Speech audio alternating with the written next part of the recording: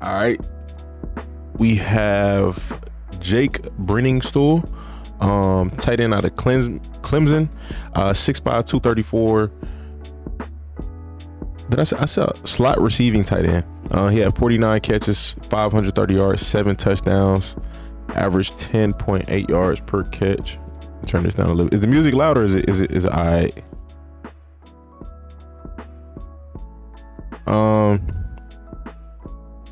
40 time is a 4.7. Oh, projected. This got to be projected. Typically, I don't know why. No, does it ever say projected, or am I tripping? What up, Azus? Yes, sir. Yes, sir. Thank you.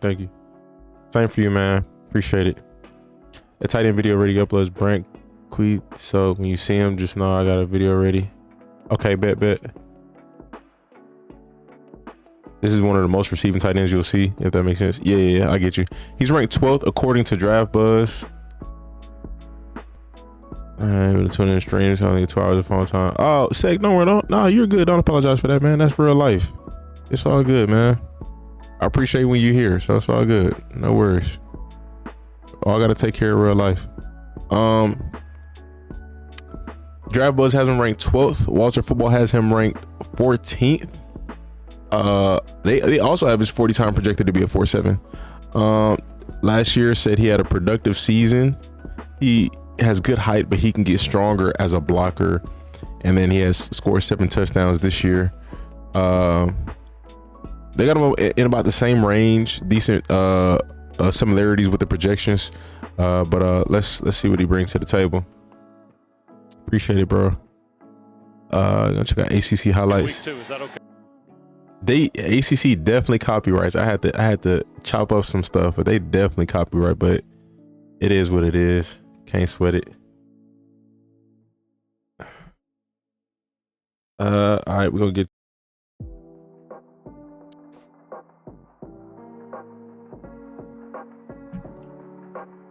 Turn this music off. Should be. I think with the amount of tight ends that we have. Hold on. Let me count. I'm gonna keep the highlights to roughly about 4 minutes, like I did with the quarterbacks. That makes it, number one, easier to edit, and then the stream from dragging on unnecessarily long. But we should be on here for about a good 2 hours. Let me see. 1, 2, 3, 4, 5, 6, 7, 8, 9, 10, 11, 12, 13, 14, 15. It was 15 quarterbacks. That stream was about 2:30. 16, 17, 18, 19, 20, 21. So yeah, I mean, I could see us, if I am decent on time, I could see us hitting 2:30 to 3 hour stream. We'll see. Let's get to it. Only copyrights when non-ACC team is involved. They copyright me for sure. Okay, that's fine. All right. Check out Jake. Terrific play last week. He definitely has a receiver build. Cole Turner, who only played in his 6th collegiate game last like he's big, but he looks like a slimmer tight end. That was a good play. Oh my, look what Briningstool found. He looks like a Another Tiger touchdown. That was nice. He looked like a Noah Gray a little bit, you know.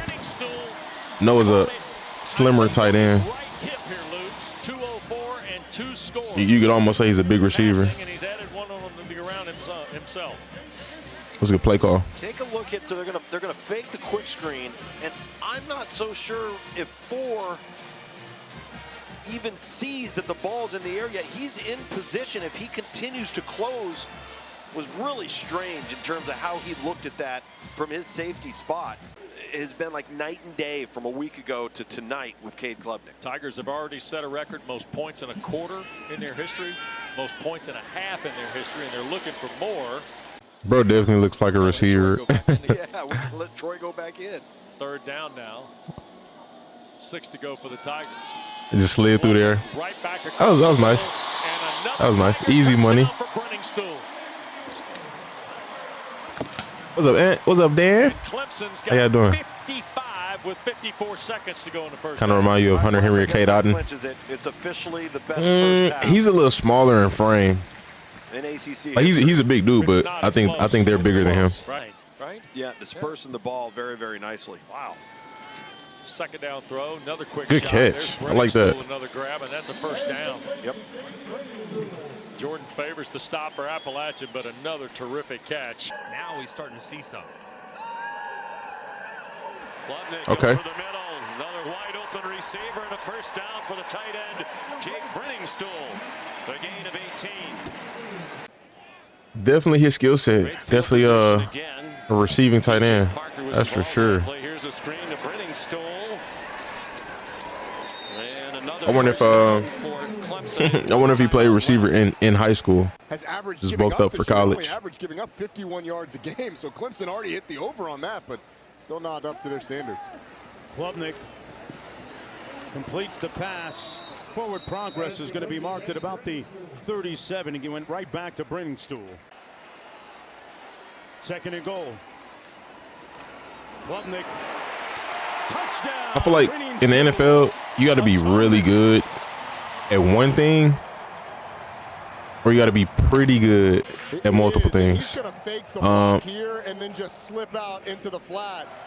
If he can be a really good receiving tight end, he can be attractive to many teams. Just depends on how bad his blocking is. But again, if he's really good as a receiver, then cool. Cade Klubnik excited.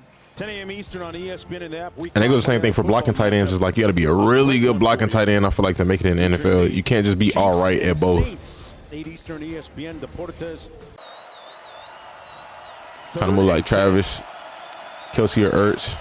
I can see that. I can see that a little bit. The style. And fires a completion to Briningstool and a timeout called by the Tigers.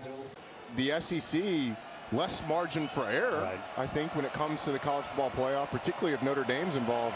One of those at-large. I'm gonna kind of stick with the Noah Gray. I see what y'all saying for sure. I see it. Line, Briningstool. Let's see if Wake can hold Clemson to 3 points. Klubnik down. That was nice. Briningstool, and he's down at the 1. What a grab down the seam. It'll be first and goal for the Tigers. Boy, excellent job up the seam. Cade Klubnik.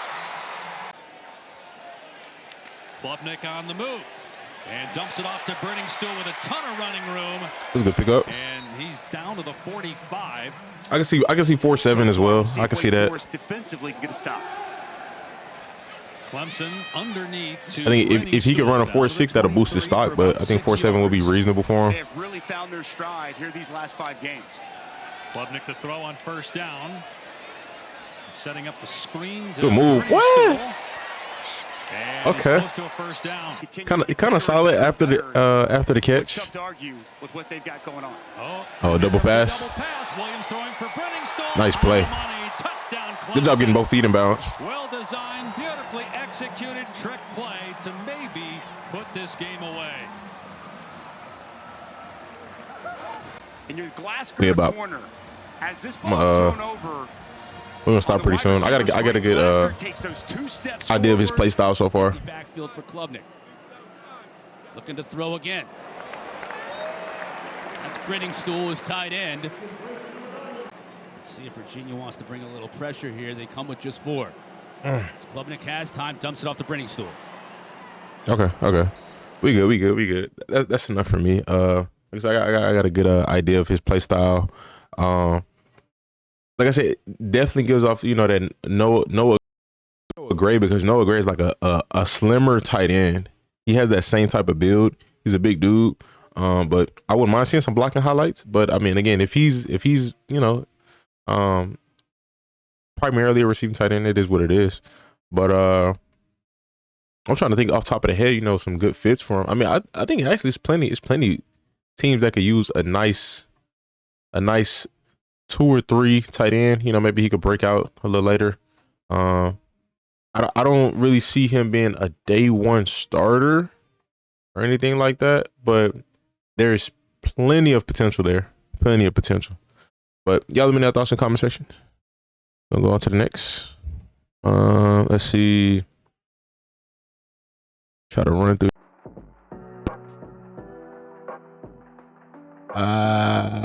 Jalin Conyers, Texas Tech. Let's check out Jalin Conyers. I'm gonna do all the guys that names I don't recognize. I'm gonna do all of them first. He looks like Kylan Granson. Maybe play style. I think Kylan, he's another one that's kind of, he's bigger than him, if I'm not mistaken.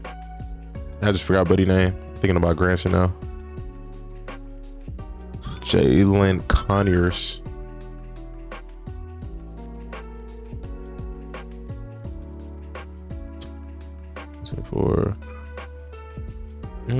Should I do Big 12 or should I do prospects? I'll do Big 12 because this is 2024. What you doing, mama? You gotta wait. You okay? Jalin Conyers. Okay, so he's not ranked on Walter Football. And let's see. Pretty sure Draft Buzz got him ranked. They typically got more guys listed out. I want another website to rely on for rankings. Draft Buzz is probably the best in my opinion, just because the layout and the depth that they have as far as amount of players. But I wouldn't mind another one.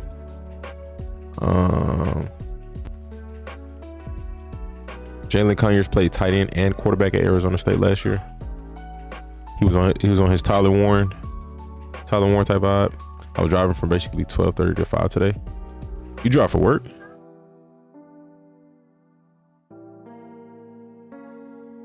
Yeah, receiver-esque. I know how that goes. Tight end is really hard to evaluate in my opinion. I mean, it is, but it's like I feel like when you see a really good tight end, you can see, like, you know for a fact, oh, this guy is nice, you know.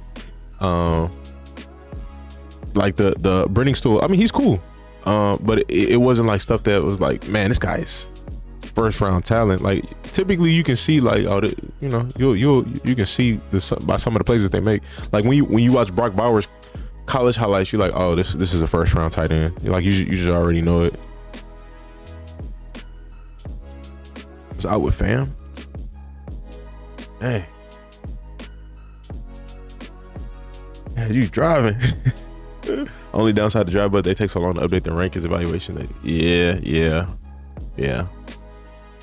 But I'm assuming that that's the case because they have so many players on here versus like Draft Buzz. I'm pretty sure Draft Buzz staff might be a little smaller, or I mean not Draft Buzz, Walter. Maybe they don't have to they just got less players that they cover, so you know it's just easier for them to have to give attention to it. All right, so yeah, we're gonna get to Jalin Conyers. Uh-oh. All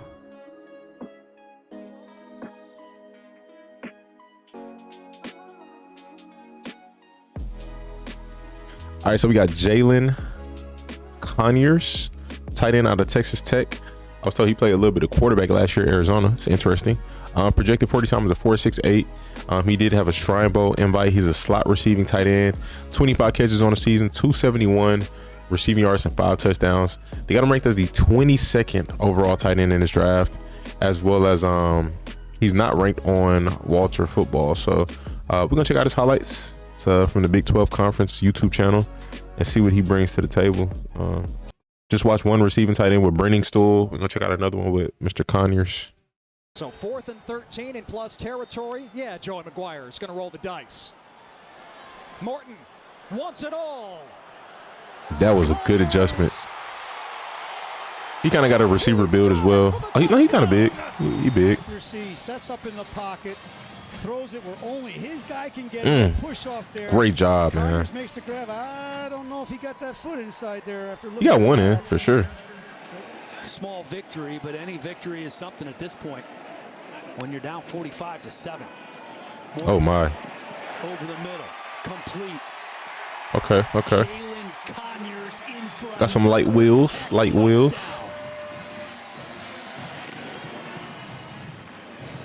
ball skills. Didn't have to do a whole lot here. Oh, easy work. Easy work. It was a good play call. Kitley has to be pleased. Gosh, they blowing UNT out. Ooh, that was a good pass.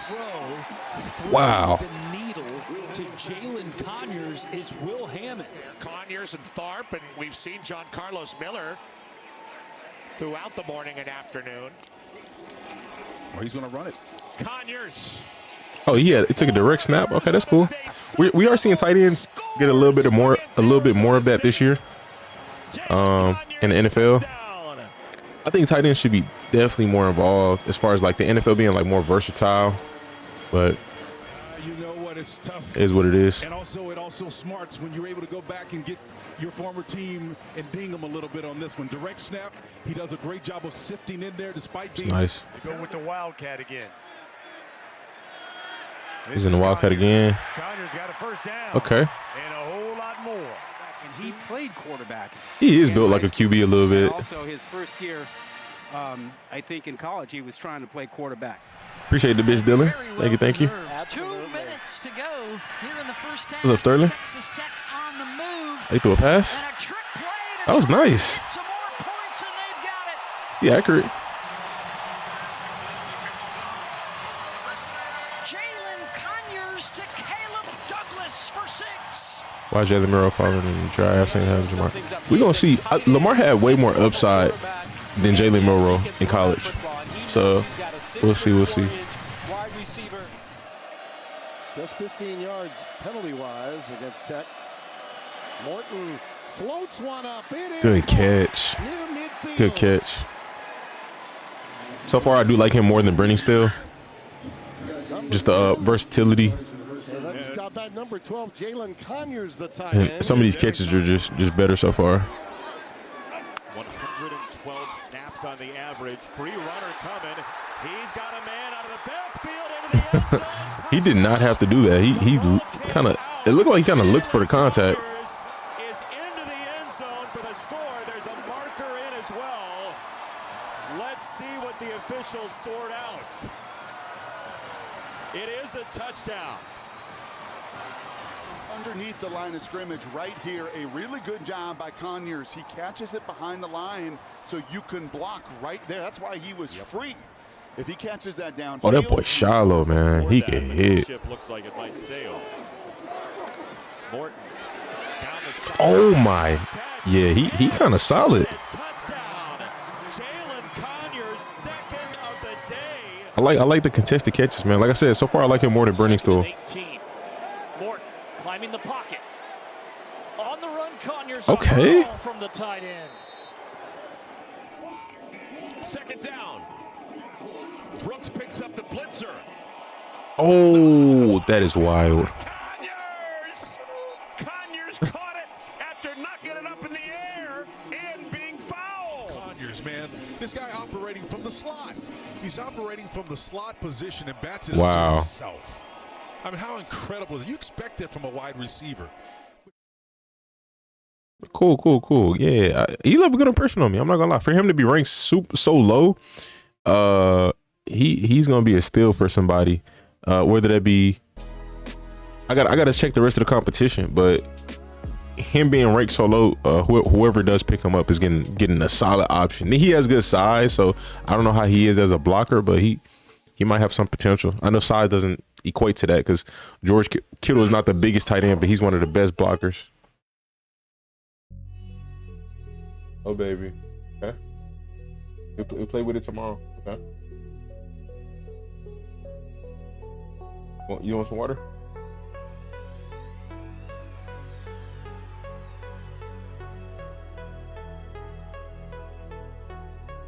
Hey. Let me see what we gotta do next. CJ Dippre from Alabama. That's what we're gonna do next. Dippre, hopefully, I don't know. We'll see how to pronounce that.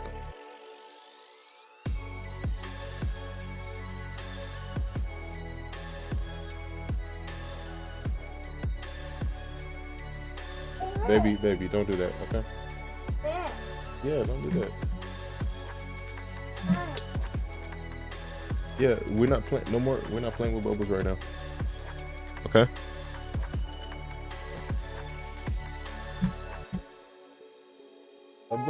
you said it's water. It's water. Stop. Okay. Well, you don't want nothing. Okay. You okay?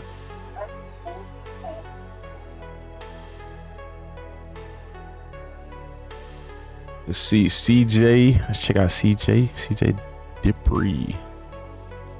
Alabama.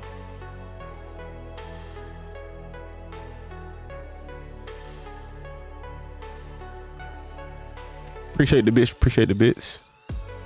I need a my docs. I don't know, when I got banned, a lot of stuff went away, so I can't see certain things, like weird. I need to look into it.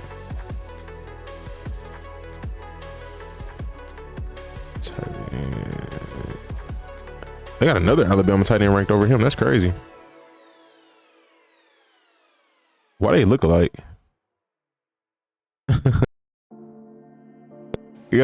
He just has a mustache and he got the beard. That's funny.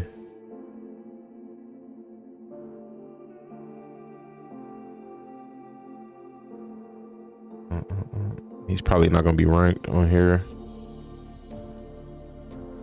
Oh, he is. Cool. Awesome.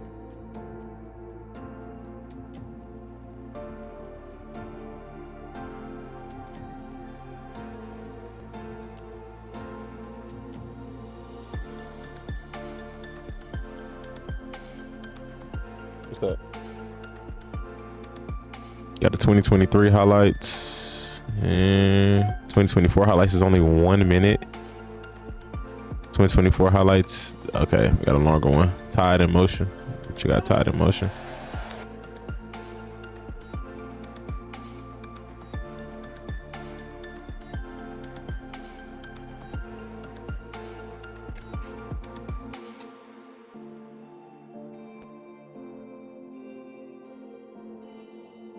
Hey, no more bubbles. You okay?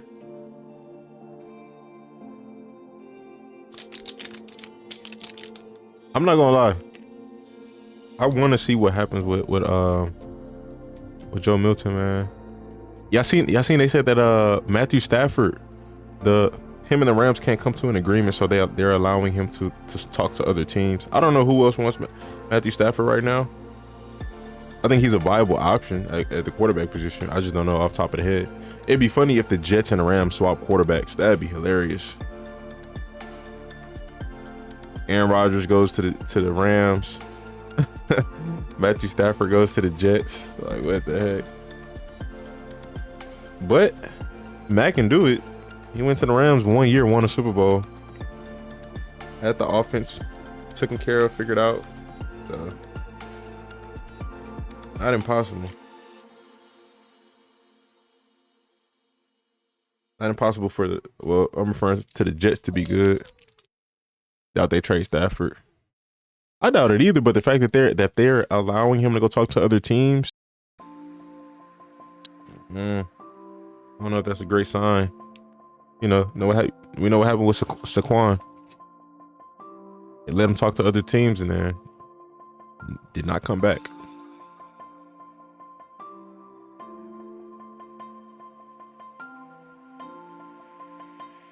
But I think it's more reasonable with Stafford because his age, and if you're the Rams, you're like, man, he's older. If anything, we can just go get Aaron Rodgers. That's another old quarterback, so let him see how much the market is for him. That's I think they just don't want to pay him.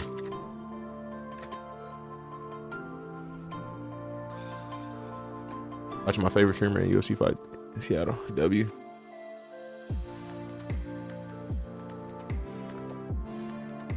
Who's headlining the UFC card? Stafford still top 15.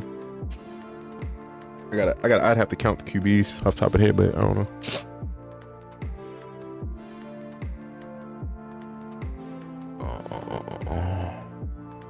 Derek Carr and Cam Jordan got released. You gotta chill. I would have got a notification if that happened. If their teams will hold them down.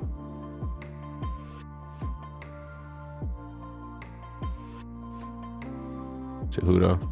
All right, let's get to this. We got CJ Dippre, tight end from Alabama.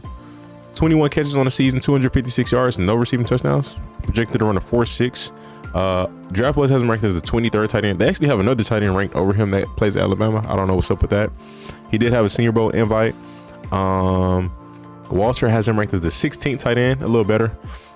Said Dippre played in 9 games in 2022. He showed more ability in 2022 when he caught. Yeah, something's off about that.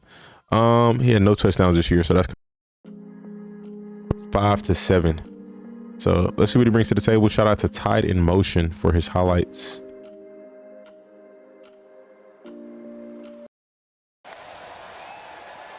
Milroe pressured, steps up in the pocket, quickly gets it out and gets it complete to CJ Dippre for a tie. Low-key a Milroe highlight. that was a good job by Jalin. Picked up easy across the middle. CJ Dippre, the Okay. tight end, rumbles. Oh, you know what? Let me pause real quick. I want to see what type of tight end is he. Receiving tight end, multi-role tight end. Okay, so he blocks a little bit, do a little bit of everything. Okay. Because they had some injuries to the tackle spot, and now with Proctor at left tackle and Pritchard Look like he got good size. Tackle. See the communication. No, we should. Frame is tied a long field to go. solid. Gonna throw on first down again. Oh, good broken tackle. It was easy access, and then yards after the catch out across the 45. Flags come in. It's a long time since we've seen Georgia's defense not just give up easy access, but then the missed tackles by Starks and then more yards. Unnecessary roughness. Linebacking court, Alabama. He's strong off the edge, rushing the passer, and can play coverage too. Dippre spins, takes a big shot. He for a big dude. Helping. He's not stiff. Milroe over the middle finds that was CJ nice. Dippre. He's got a lot of green. The last tight end we just watched was nice. I ain't gonna lie. I can't even remember his name at this point. But the last tight end we just watched was from Texas Tech was nice. He was a little stiffer. He moves pretty fluid. Like he moves pretty well for his size. When he was the backup quarterback. Milroe has time over the middle. That's caught. That was a good pass. Good catch. But definitely good pass. Tough to get at real time. 12-yard reception. Dippre. Bernard. 1st and 10. Milroe plenty Okay. of time, and he goes to Dippre. CJ Dippre. Okay, that was nice. Now all of a sudden, the South Carolina defense that did their job. Leave the Sun to take on the Cardinals. Jalin Milroe dumps it off. CJ Good hurdle. Dippre, the tight He got up. and over. 2nd and 11. 4-man rush, all kinds of time. Open receiver and a first down. CJ. I'm trying to think who he reminds me of. There's a like a Hayden Hurst. And he's able to connect with Dippre. And inside the 10-yard line, and it's 1st and goal. Minutes of play left, trying to protect this 3-touchdown lead. They're going to throw on first down. Crossing pattern. Catch made by Dippre. Ooh, okay. He, like I said, he moves pretty well for his size. 1st and 10 with a nice lead, little mesh route, expecting run. Last thing you think they're going to do with this lead is throw the football inside their own territory. By all accounts, the fastest guy on the team. I'd love to see him get him going. Milroe picks out CJ Dippre wide open. They didn't rush anybody. It looked like they rushed 2. Gave him all day to find somebody. Here's CJ Dippre, the Auburn tight end, across the 40 to the 41. Also Jalen Polk, Jalen McMillan, screen. CJ Dippre. Wow, that was a good block by the O-lineman. I like what I see. Like, it's not super exceptional. Like, I'm not gonna act like he looks elite, but he looks pretty good. Basically showing the tight end blocking. I do want to see some blocking highlights, but outside of that though, he looked pretty good. CJ Dippre. He's smooth, man. He's a smooth runner. Like after the catch, definitely a smooth runner. Yeah, I like what I see. I probably would take him again. So we've only watched 3 tight ends so far. Still, but I wouldn't take him over Jalin Conyers. I like Conyers better, but he looks pretty solid. Let's go to our Next up, you don't see Vic and Milroe. Milroe, he got crazy. His potential is through the roof, but it's just, you just got to get there. That's it. It's gonna be about the fit and the system and the team that picks him up. Like if they're gonna be all in on him. That's like when Lamar got to the Ravens, they were still in Joe Flacco mode a little bit. So they were trying to create plays for Lamar, but when Lamar took over, they were all in on trying to figure out how we can make all the plays centered around benefiting Lamar. You know what I mean? So, and again, they made it clear that they were all in on him. Colts, not to say that they haven't centered plays around him, but they haven't made it clear that they're all in on Anthony Richardson.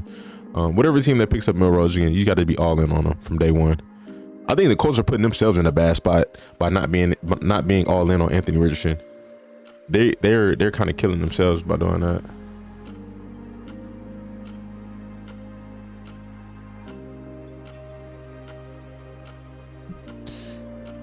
JD5 is comparison. Coming to the game. Let's continue the Saints.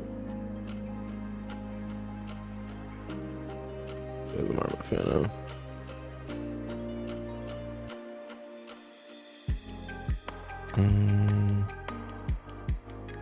What we're gonna do next? Mitchell Evans from Notre Dame.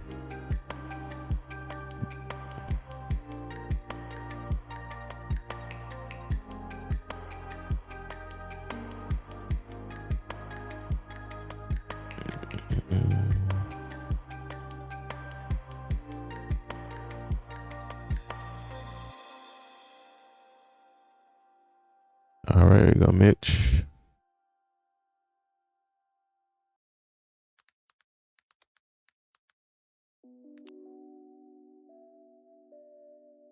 Notre Dame 2023-2024 highlights. It's only a minute long.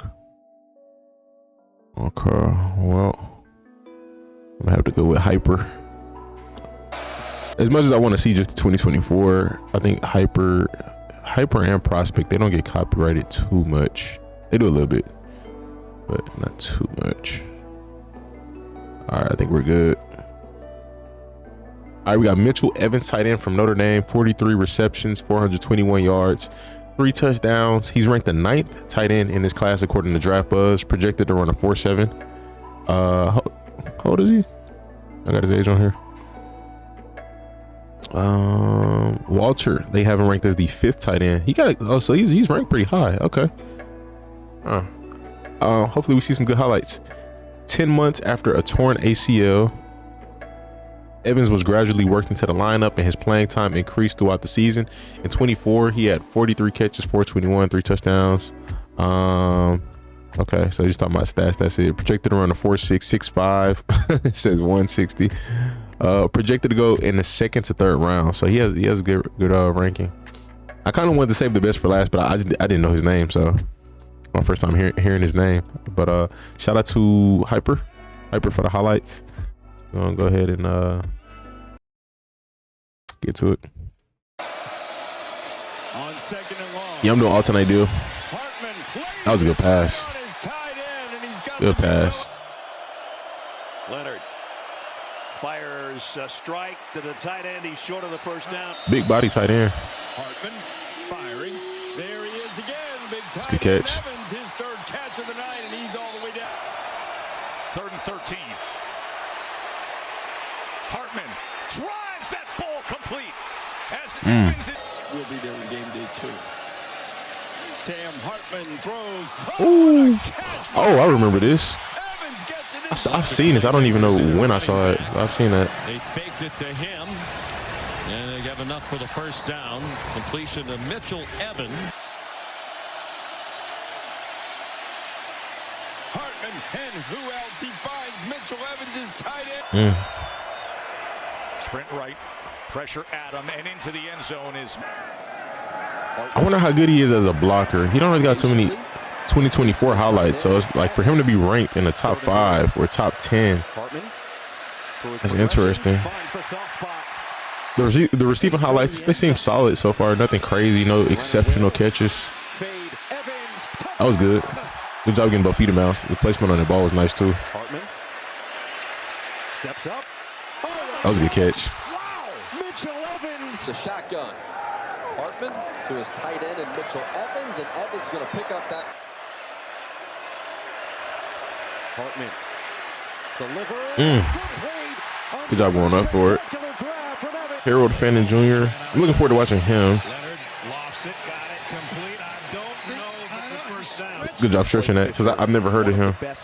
And I just seen on both websites they got him ranked top 3 or something like that. Dials it up again for Mitchell Evans. Leonard completes it after his tight end who's still running. Evans breaking tackles. Oh, good job. On that side of the ball. You kind of remind me of I say like a Hunter Henry. I could see Hunter Henry. Maybe I'll stick with that one for now. The throw, and again, watch the former receiver make some pay. Hartman in attack mode, complete to Evans. Okay. Evans takes drills, take advantage of it. One-man rush. He has some light agility there. He's not super agile, but like you see flashes of it. Oh, great catch. Great catch. Throw again. Pump, fire, Leonard. Ooh, great catch. Right back okay. To the air. Little bounce over the middle again. Evans 3 consecutive to Carolina. Buckner steps up, throws, and stays. The move. Makes this catch.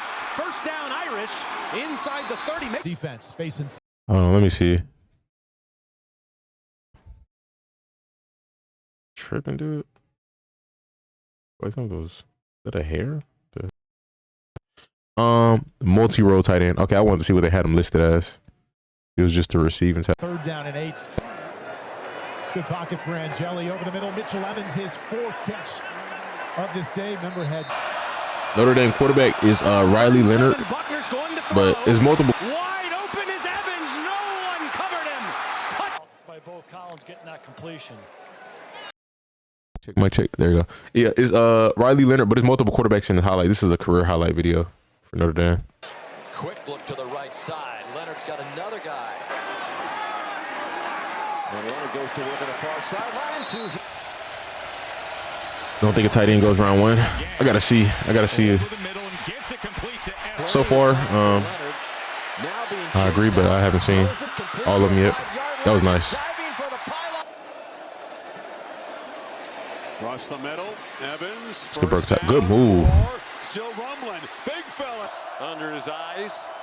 I would not be surprised if you played receiver in high school and then bulked up. Back shoulder throw. Caught by Mitch Evans. Floating, firing again to Evans. 50 seconds and 1 timeout. And Jelly to Evans who has the first down and gets out. Right at the 20-yard line for the Irish. Leonard fires a little bit high, but completes it. It's going to be a first down to his Jackson Jr., Josh Farmer, and Patrick Payton. Another completion, this time to the tight end Evans. In the run game, primarily. Gonna look to run. Oh, it's trickery. Leonard, perfectly delivered. Okay. I wonder why did this just pop up? He looks solid. I like what I see. Again, I wouldn't mind seeing the blocking. Definitely would not mind seeing the blocking. But it looks pretty solid. I don't know if I'm being transparent, and this is just based off the highlights. It's just not a real ranking, but I do so far of the highlights that I've watched. I like Jalin Conyers the most. But I mean, he could be really good, and I didn't see enough to make me feel like he's a 2nd round tight end. He could be that. I don't know, but he does look good. Just I can't put too much weight on the highlights. We're gonna move on to the next.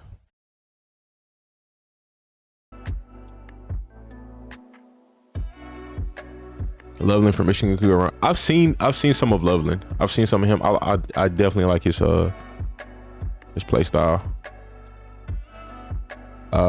Let's see who we're gonna do next. Let's go Terrance Ferguson from Oregon. Never heard of him. Oh, he's ranked 7th. Yeah. I want to. You know what? Nah, let's just watch him. It's cool. I kind of want to wait on the guys who are ranked high. Is Thomas Fidone? Did he get an invite? Fidone. He did. Nebraska Thomas Fidone.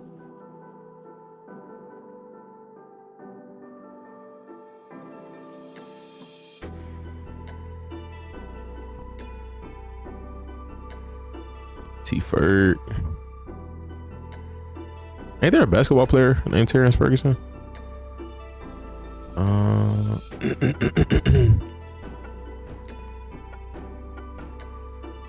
What's buddy name? What's Fidone? Nebraska. Fidone, cool. Bet.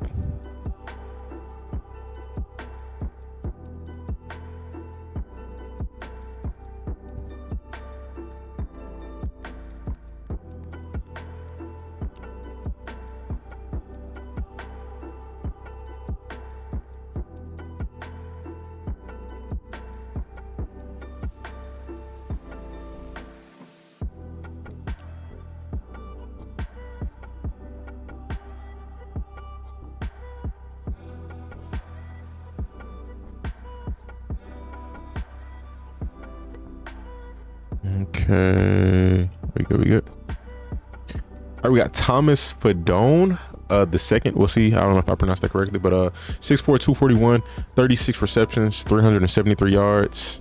It's 22.5. Projected 40 time is a 4.7. They got him ranked as the 19th overall tight end in this draft class. Walter has him ranked as the 15th. Fidone had a quality season for the Cornhuskers in 2024. He had 25%. Okay, so just stats, nothing crazy. It says he's projected to go rounds 4 and 6. So he's ranked 19th and 15th. They got him listed as an inline receiving tight end. All right, shout out to Under the Radar Prospects for the highlight vid. We'll go ahead and get into it.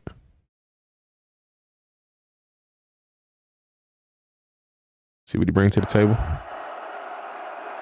First pass of the third quarter. More protection. On target. It's good adjustment on that catch. Good job holding on to it after getting hit. Raiola with time all day. Lofts it up and caught. Beautiful feathered pass. A lot of pressure. Second down and 10 at the 47 underneath. And it's caught by Fidone. Okay, good move. Ooh. And he's just running over people.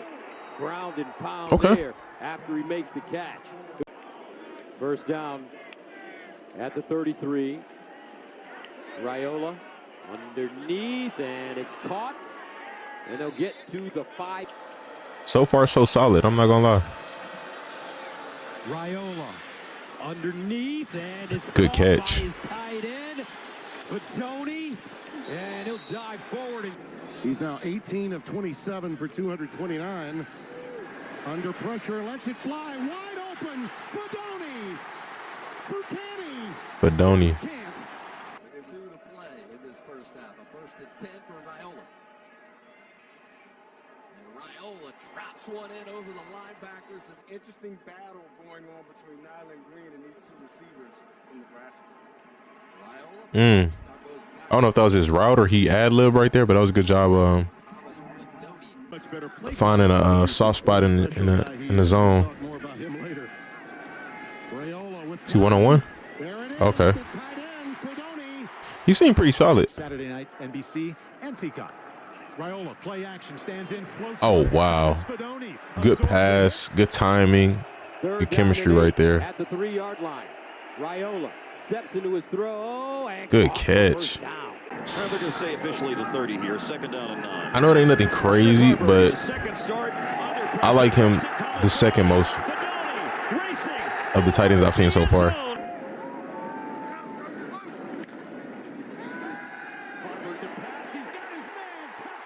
It's good completion. And empty. He's pretty solid. Shotgun for Harburg. Nice. Right in the seam, right to 24 as you described. Fidone the second. And now voodoo on defense here for Illinois. Barber back to pass. Illinois bringing pressure. Wide open catch made. Fidone across the 40. 15th play of the drive is the longest play in terms of plays. This one in the end zone. Touchdown.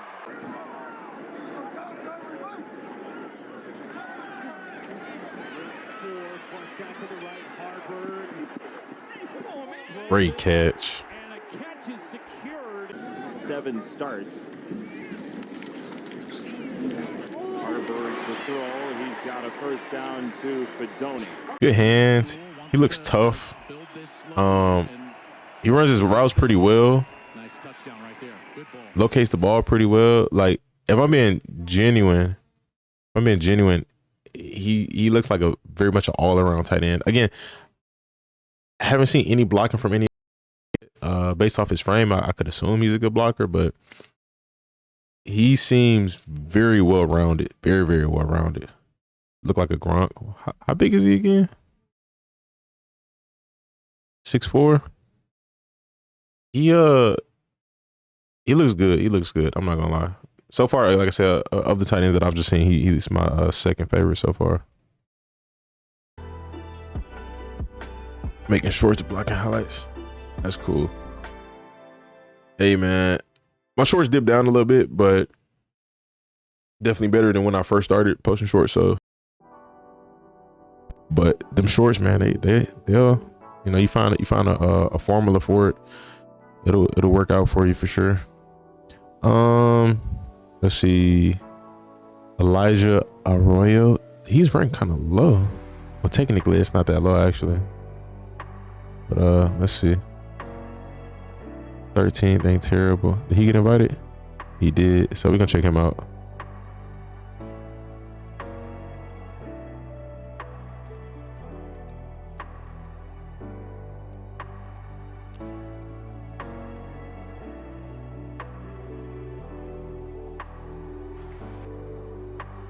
Man, the only tough part about doing these videos is the editing. The editing to get them monetized. Oh my gosh.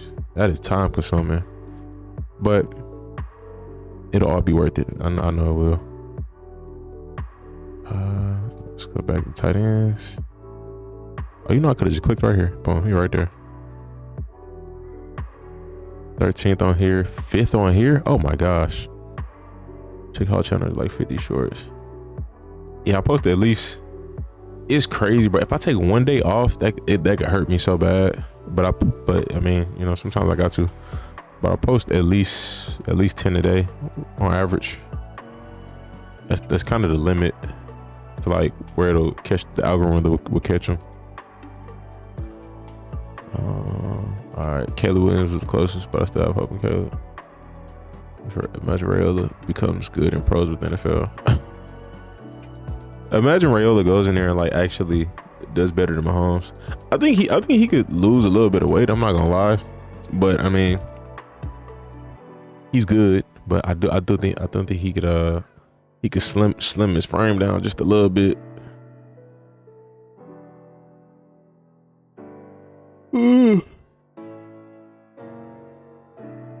Where we at? We got all them lined up. Everything lined up. All right. We got Elijah Arroyo. I've seen a decent amount of him. Not a lot. Oh, he's from Frisco. Everything I've seen so far, he seems pretty good. My first time actually, you know, sitting down, just watching him in detail. But 35 receptions, 590 yards, 7 touchdowns, 16.9 yards per reception. So far, the biggest average of the tight ends that I've seen. They got him listed as an inline, multi-role tight end. 6'4", 251. Projected 40 time is a 4.6. He did get a Senior Bowl invite. He's 21, so he's young. He have a long career, bunch of contracts if you you know, stay down, or stay up. According to Walter, these are flip flop. He's ranked 13th on Walter. 6'4", 235. Projected for I read that already. So projected rounds is rounds 3 to 5. He had an ACL tear in 2022. He has some physical talent, but he has yet to break out. This season looks this is solid though. This is pretty solid, you know, for college. 597 touchdowns. All right, check out the highlights from ACC's digital network. Had a really good Senior Bowl. On offense, now Ward gonna throw it for the first time. Looks one way, back the other, lofts it over the middle. Wide. Run that back. Kind of want to see that again. On offense, now it's not up in the slot. It's in the slot. Okay. Okay. Good work. Good work. Wide open man. It's Arroyo, one of those tight Cook the safety. And what a start for Miami. He's just calm back there. He knows where he wants to go with the football. You see the ball fake to the outside. That's to influence the safety. So they've been getting that back and more. Johnson in motion. Cam Ward to throw. Strike to his tight end. That's Arroyo. Out of bounds. They'll mark it. Look like an athletic tight end for sure. Ward play flake to Fletcher. He stays in the block. Going to the end zone. Arroyo, touchdown. Who y'all compare him to? And there it is again, another 20-plus yard pass for a touchdown. This one to Elijah Arroyo. Who's a solid athletic tight end in the league right now? Came all the way across the field, and this zone coverage for Ball State just missed him. He got a slim build, but he kind of muscular. He's up and up for the first down. Arroyo, the tight end, in motion. Ward throws downfield for his big. Sheesh. Good catch. Arroyo takes it inside the Tech 20. Type of player. That means he can run and he can catch it with a big frame. Kind of tips it to himself. They've been beating their Yeah, I don't think there's anybody in the league right now off top of the head that I could think. By an average of 52 to 10. Wow, that reminds me of him. Kyle Pitts is bigger and faster, but he's like he'd be like under Kyle Pitts a little bit.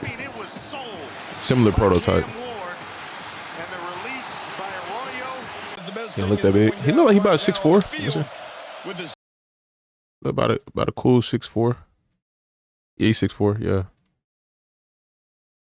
Sturdy Golden Bears up 35-10.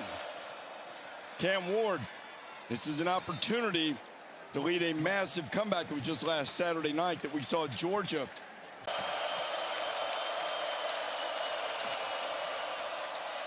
Martinez. Good job breaking that tackle. And Arroyo gets into the end zone. I think he has good upside. The thing for me is just, does he block well? You know? Cam Ward. He rode Martinez, pulled it out, and flicked it out to Arroyo. The last three games decided by 4, 1, and 7 points for Miami. And Ward on first down, fires complete. It's a first down pass. Oh, you know who? Elijah Higgins. From the Cardinals. He played receiver, switched to tight end in the NFL, and that feels like a solid comparison. Arroyo looks faster than him though. I could be wrong, but he looks faster than Higgins. To first down. Still a chance to at least get some numbers here at the end. And under 300 yards for the first time this season. Here comes a trick play and a throwback. That was nice. The throw is actually kind of nice. Like I would say Jonnu Smith, but Jonnu's stiffer and Jonnu's slightly shorter. All right, we're gonna have Arroyo sitting right here. A little toss here. They're gonna work back, and then Cam Ward. Same thing with gonna be with him. With Chig. Chig is slightly shorter and he's a little stiffer, more compact. But the touch from Elijah Arroyo, the lefty, put it right where it needs to be for Cam Ward. The jump by him selling it initially, just kind of walking the other way. Scored a touchdown. Waiting on height. Everyone's going to be a blocking tight end. Yeah, I know. But I feel like that's what takes a player to, to the next level. Ooh, that was a good pass. He got some wheels. There's the Canes answer. 74. What they said his projected 40 time was? They got him projected running a 4.7. They got him projected running a 4.69. I could see him run. If he cracks 4.5, I wouldn't be surprised. But I could see him running low 4.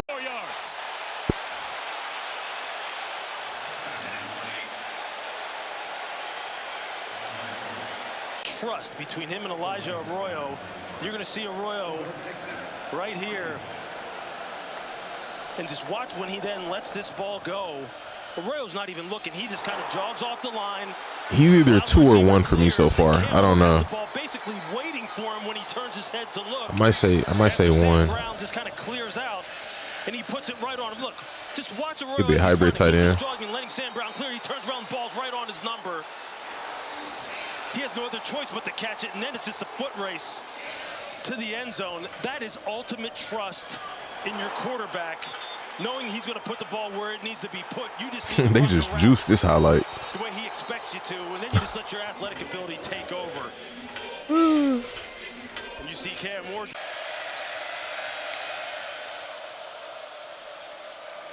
Arroyo spins out to the 25. Ooh, hey, good hit. What?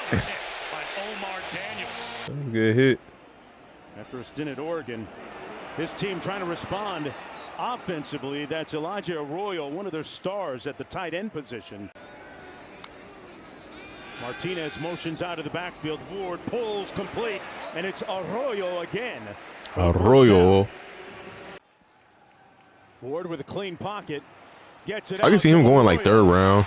Got a first down inside the 30, pushed out at about the 27 by Devon Patterson. It's a nice delivery by Cam Ward. Elijah Arroyo working his way from the right side of the field to the left, and he unmarked. But like 3rd and 3.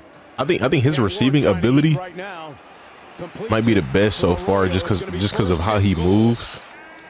I don't know how well in detail he runs routes, but I think there's plenty of potential there. Broke a tackle, picks up the first down out to the. There's some solid tight ends though so far. Again, we haven't even watched the top 5. They get it. Some solid tight ends. Bunch up top. Fletcher motions. Ward to throw. Ward ends up Light work. touchdown Arroyo. Remind you a little Gerald Everett. Is pouring it on at I think the athleticism, yeah. I think he's a little. I think he moves a little bit more fluid. Well, no, I think Gerald's not. I say he moves slightly more fluid, but yeah, that's not a terrible comparison at all. Just watch the distribution of the routes, and Arroyo gets hit lost right there, and no one picks him up. Irv Smith, another athletic tight end. I think Irv was a little bit more compact as a tight end. Noah Fant. That's a good comparison. He's like a slim. That's a good comparison. He's like a slimmer version of Noah Fant. Cam Ward fires across the middle. If Noah was, yeah, that's actually not bad. Ward under pressure. Good catch. And a low catch is made for a first down. Elijah Arroyo. He did have the second half fumble as well. Out quickly to Elijah Arroyo, turning upfield and lowering the shoulder on. Dang, I didn't realize I watched the whole highlight. God dang. He's solid. I like him. Definitely. I would not be surprised if he's better than some of the tight be ranked in the top 5. According to Walter standards. But he's solid for sure. I think I would say that I like him the most of the tight ends that I just watched. Conyers, I like his contested catchability. He has a lot of good catches in traffic. He moves pretty decently. Let me see who else. That's all I really watched so far. Dippre moves well. He's smooth, but I think I will go with Conyers and Fidone. Fidone was the other one. I think I will go with Fidone, Conyers, and Arroyo as my top 3 right now. That's not in order, but just those 3 of the tight ends that I just watched. We're gonna check out. Let's see. Let's go to Walter. Walter has, see, Kamari Morales. Is he ranked? Is he up here? Kamari, no Kamari invited. Okay, let's see. Is there a Luke? I did see a Luke on here. Luke Lachey. Is it Lachey? Lachey? We're gonna find out. Iowa. He got a decent ranking.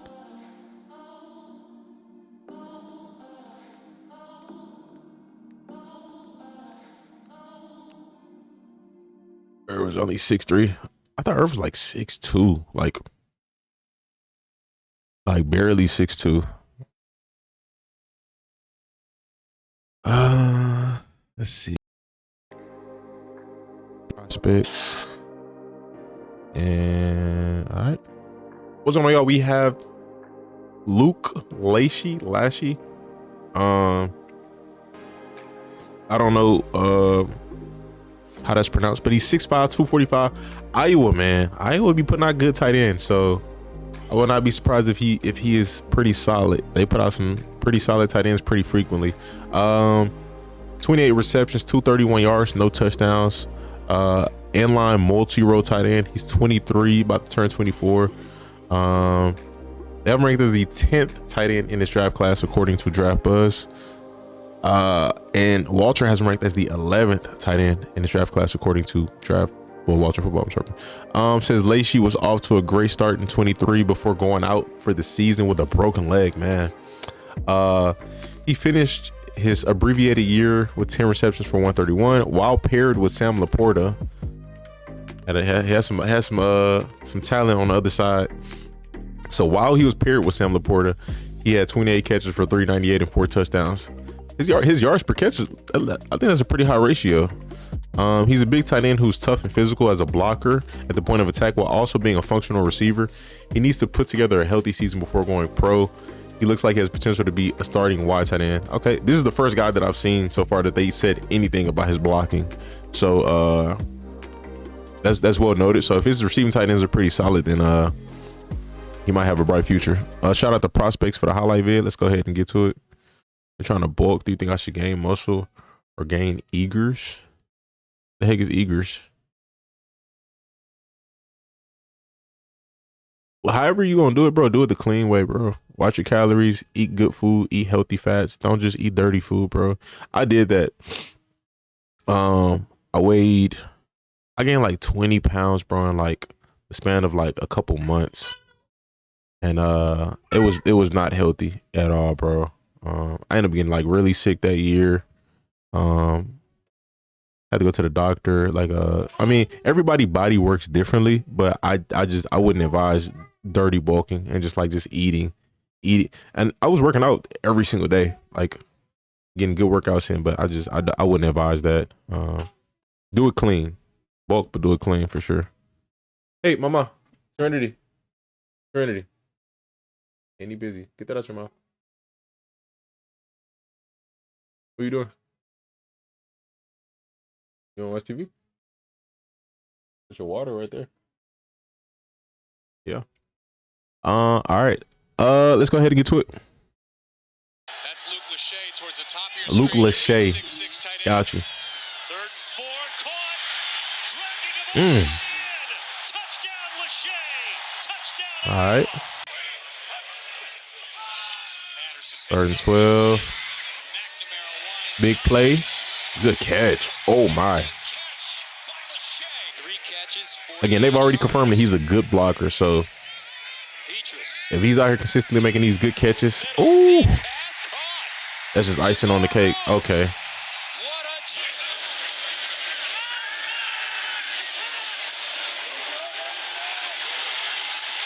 He moves pretty well for his size.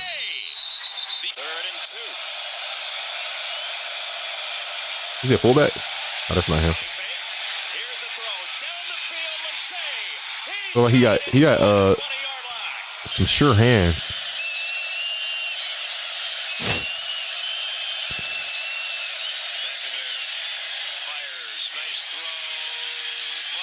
Yes, sir.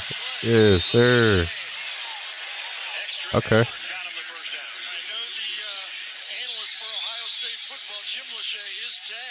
Okay. He's pretty solid. He got a very solid frame.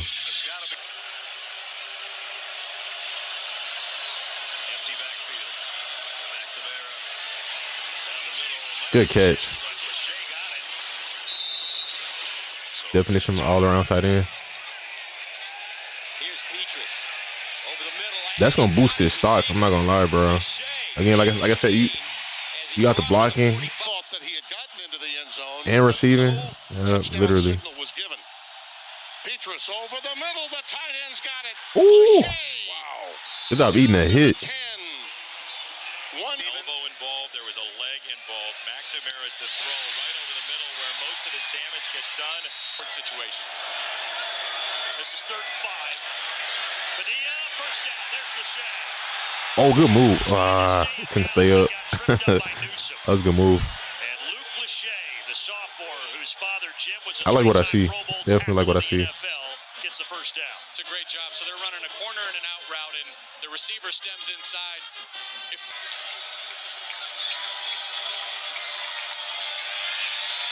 It'll be a throw from McNamara. Standing tall and throwing to the sideline, Lachey.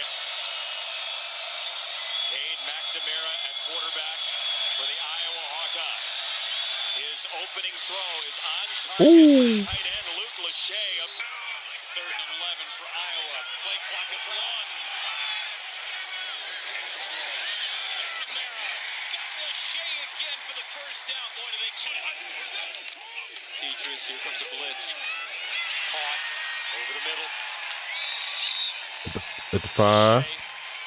Soft coverage. Petrus. Back to him. That's a good catch. And that's Lachey, one of the tight ends. It's flanked out to the bottom of your screen. I see him lined up at receiver. And they throw it underneath. Right there on cue. He's got it. Petrus. I can see him for sure being a if not a day one starter, he's 100% getting on the field his rookie season. They're all at the same level. Gavin Williams Because of his versatility. If this dude is a good blocker, and these are some good receiving highlights, it's going to be hard to keep him off the field.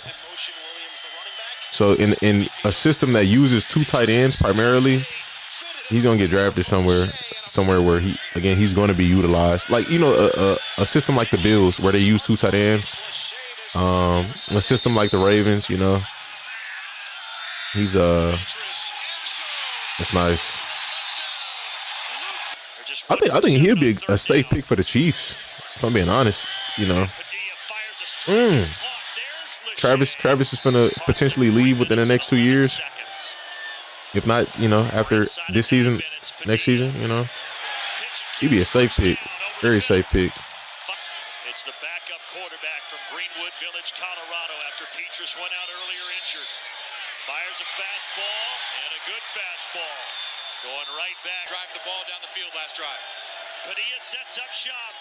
And it's caught. It is Lachey. He's got the first down. All right, I could see him being like a 3rd, depending on where he's ranked after the combine. I would not be surprised if I don't know, but he looks good though. He looks good. Where they got him projected 3rd to 5. Okay, yeah, we'll see, man. We'll see. He looks very good. I like Arroyo a lot, but he might be number 1 just because his all around talent. But yeah, let's move forward.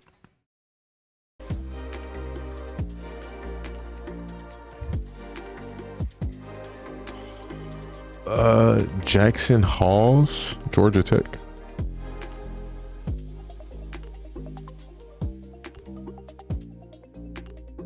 Actually, I want to do some of the guys who aren't even. Let's check out this guy, Oronde Gadsden. He's not even ranked on Walter, so.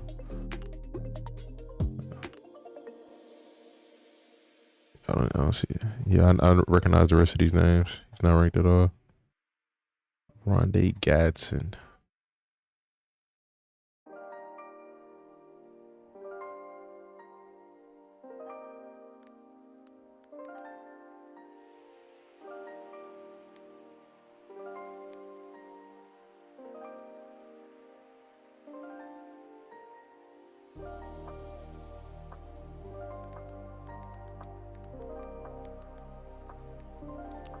Iowa quarterback.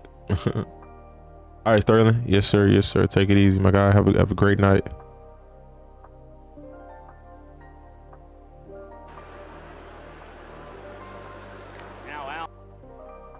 All right, give me about 15 seconds.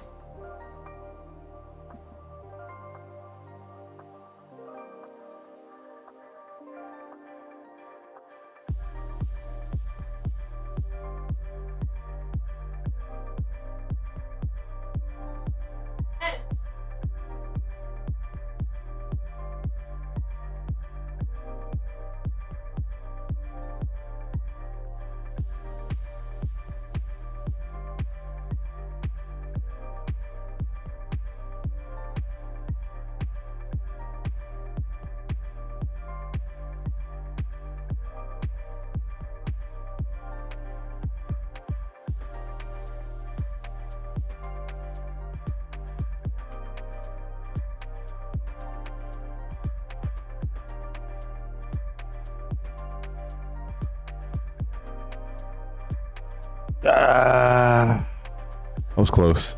I was close.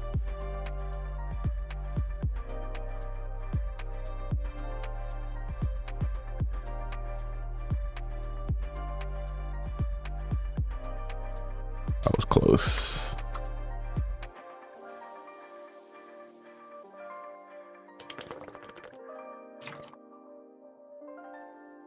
I think I needed this, man. I got some electrolytes because yeah.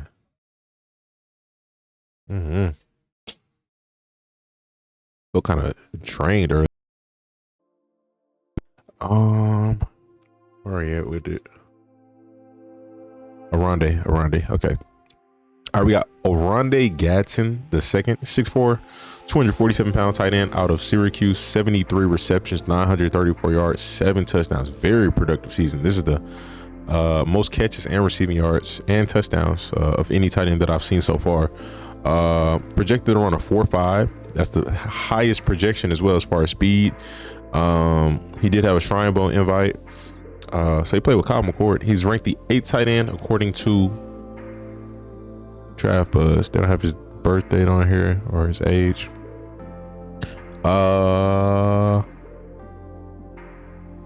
He's not ranked on Walter Football, which is weird with a stat line like that. He's not ranked at all. What do they have ranked? That's wild. I ain't gonna lie. All right, that's pretty tough. Highlights were posted by ACC, so let's check them out. 69 receptions, 860 yards, 5 touchdowns. What did this say? This is all. All right, let's get to it. Still very the rest of the tight ends I've seen. He got slimmer build. Slimmer build tight end. Borderline look like a big receiver. It's been almost a year since Oronde Gadsden has played football for his first. For sure, looks like a big receiver. Play clock winding down. McCord is able to get the snap. Now he's pressured from the middle. He's able to get it to McQuinn Allen. He's not going to pick up much. That was not him, was it? Get out of bounds. Will Nixon will spell Allen. McCord to throw over the middle. Okay. He gets hit hard, but hangs on to it by Austin Brawley, and Brawley may have taken the worst of that one. Let me see what they got him listed as. He's listed as a slot receiving tight end. Okay. Yeah, I don't see with this frame, I don't see him blocking too much. McCord to throw again. Has time, has Gadsden. Inside the 30. Gadsden. Hatcher in motion. Gadsden makes good the catch. And absorbs punishment at the 10.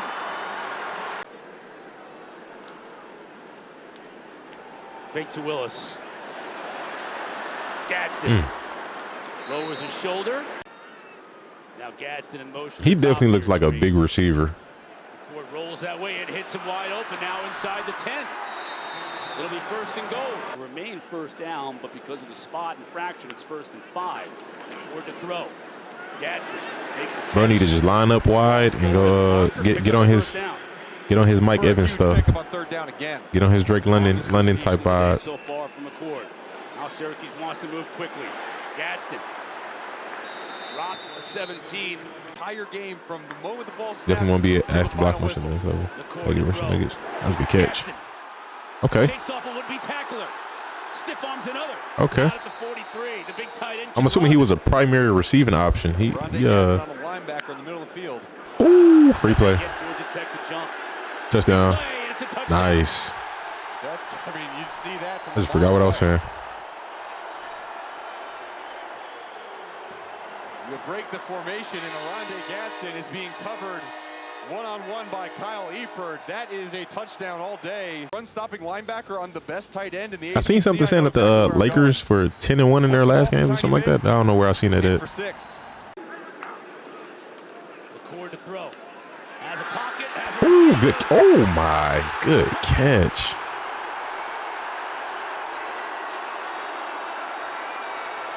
They need to just list bro as a receiver. I'm not gonna lie.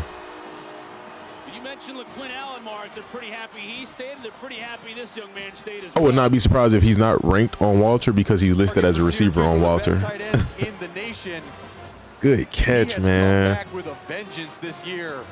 And then stretches it out for a touchdown. Oh, I think it's a little short, but great attempt. And with that height and length, Kyle McCord still able to deliver the. McCord to throw. Tech has pressure. Good contested catch. McCord knows he's going to go to his big. Why you say y'all gonna lose because Luke was playing? Ryan Nassib was a draft pick of the Giants. That's the only quarterback Syracuse has had drafted in the last 25 years. And he completes on first down to Oronde Gadsden, the tight end. Allen off his left hip.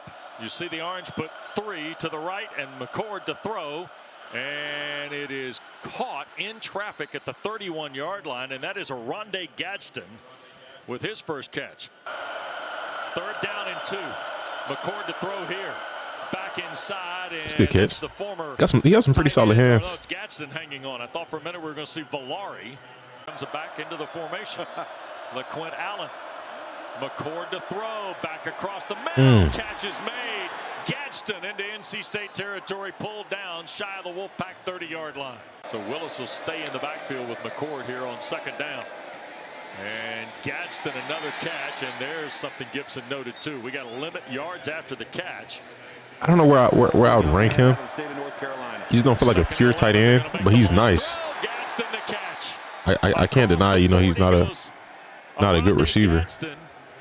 DK Kaufman the tackle. Gadsden is shaken up on the play and is down.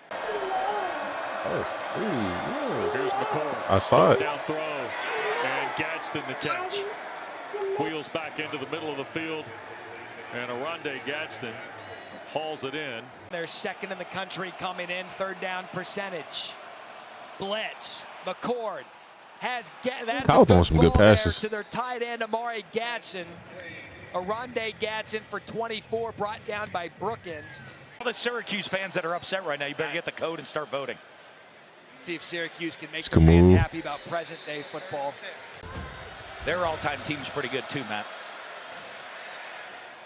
Pittsburgh does sports. They just do the sports.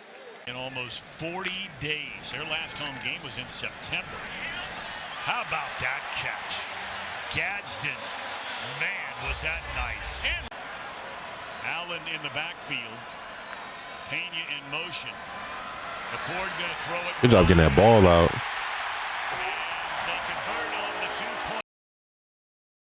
I think I'm cool. I think I've seen enough. I've seen enough. Hold on 1 second.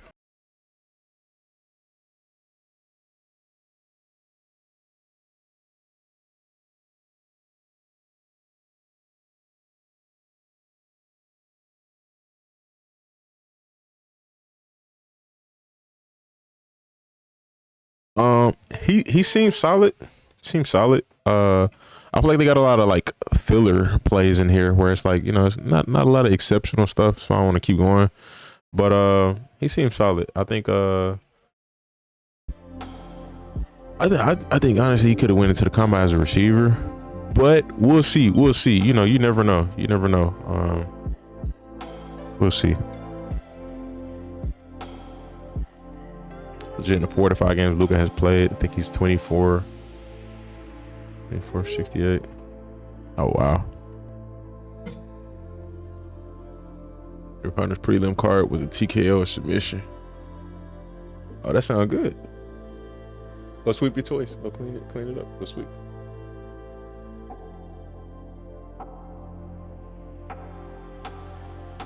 Let's see who we gonna do next. Let's see. Jackson Hawes is ranked. Brant, yeah, he is up there. Moliki Matavao.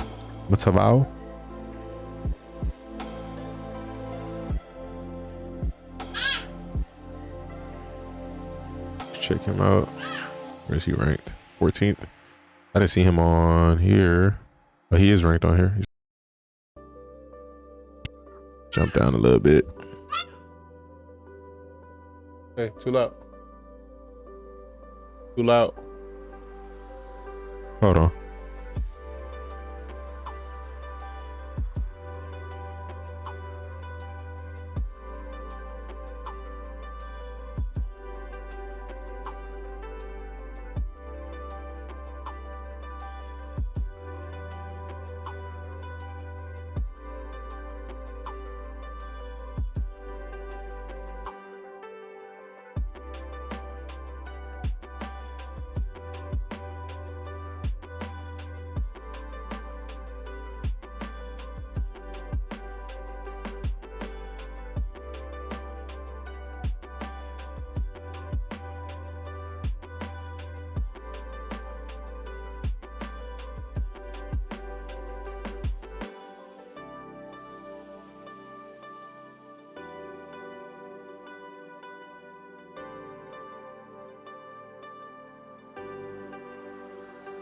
Aight. 16 for 41. Okay, so you was wilding with the 18 for 68. Moliki, actually, rank 9th. Moliki.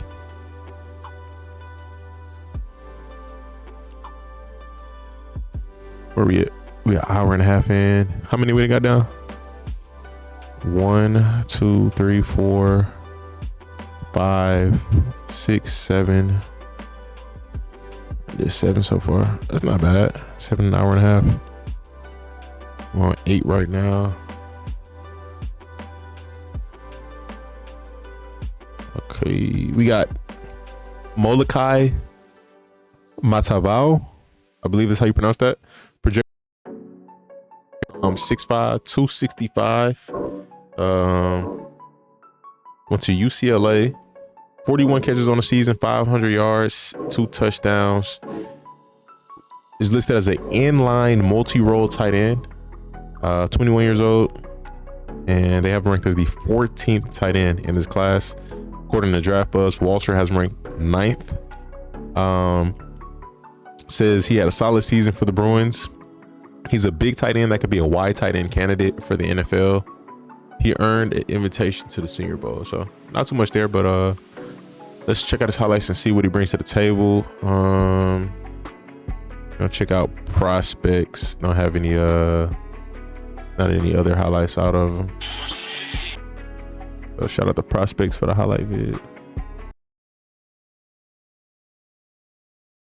36. 3 minutes left. 3 timeouts for UCLA. Garbers again. Middle shot. Great throw. Sheesh. Oh my gosh.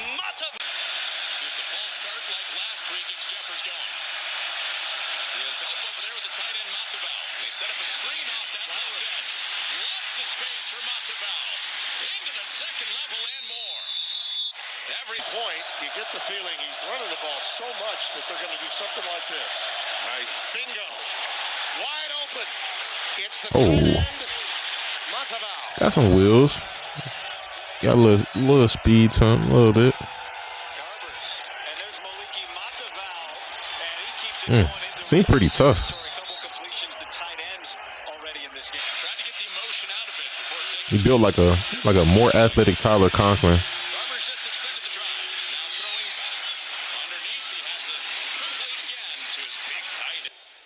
I like the attempt to extend the play, like he's consistently trying to break a tackle or get the defender off of him. He tries.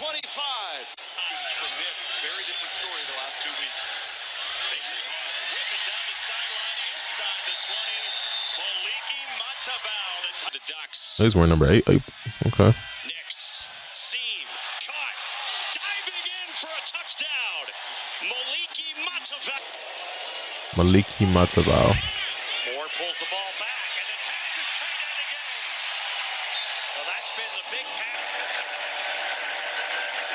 pass. Okay. Good execution.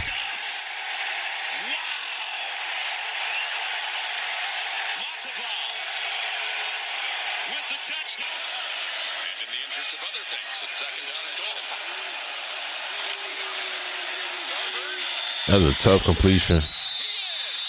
He seems solid. You know, nothing too crazy, but he seems solid.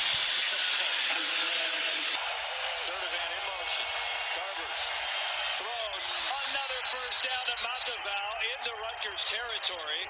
Abram Wright brings him down, but the Bruins convert again. It's such a big part of the evolution of this offense is just understanding time and space. Going back to 2021 for that Oregon versus Ohio State clip. God damn. It didn't seem that he has that too many highlights on here at all. For sure from his 2024 season. On YouTube.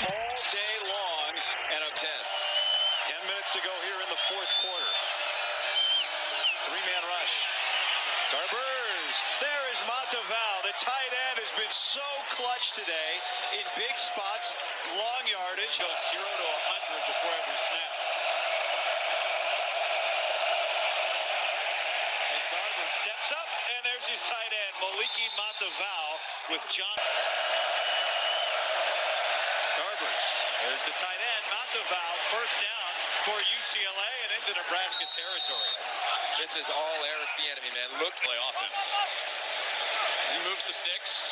Getting close to field goal range for UCLA. Garber's given time again. Throws another seed.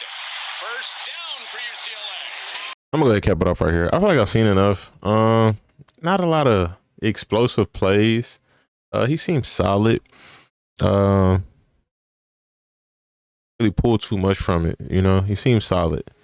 Like if I'm ranking him against the other tight ends that I've watched so far, I won't really put him super high. But again, like he seems solid, you know, like he seems serviceable. I think I'd have to, you know, watch him more in detail, especially, you know, some stuff from 2024.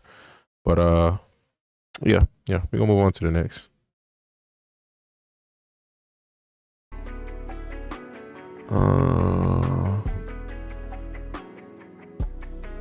Let's see. Bryson Nesbit. Let's check out Nesbit.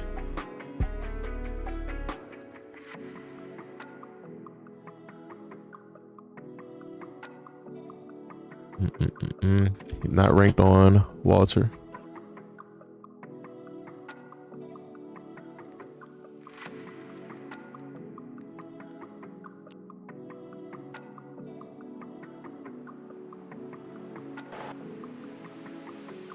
All right, we got Bryson Nesbit, 6'5", 235 tight end from North Carolina, 24 receptions, 264 yards, 3 touchdowns. He's ranked the 16th tight end according to Walter Football. Projected 40 time is a 4.6. Slot receiving tight end is what he's listed as. 22 years old, and he's not ranked on Walter Football. So let's check him out. Check out the ACC's digital network highlights and see how he stacks up against his peers. A graduate from North Carolina. Charlotte sends pressure. Harrell stands tall. Finds Nesbit down the sideline. Dives into That's a nice score. Another one of those slimmer tight ends. Look like a receiver. Nesbit's just an unbelievable talent. Able to create separation at that position. And the finish, that's what I love about it. It's Good job protecting the ball. And of course, you got your man Connor Harrell just pumped up watching this tight end go out there. In South Florida, he's to the right of Harrell. Second down.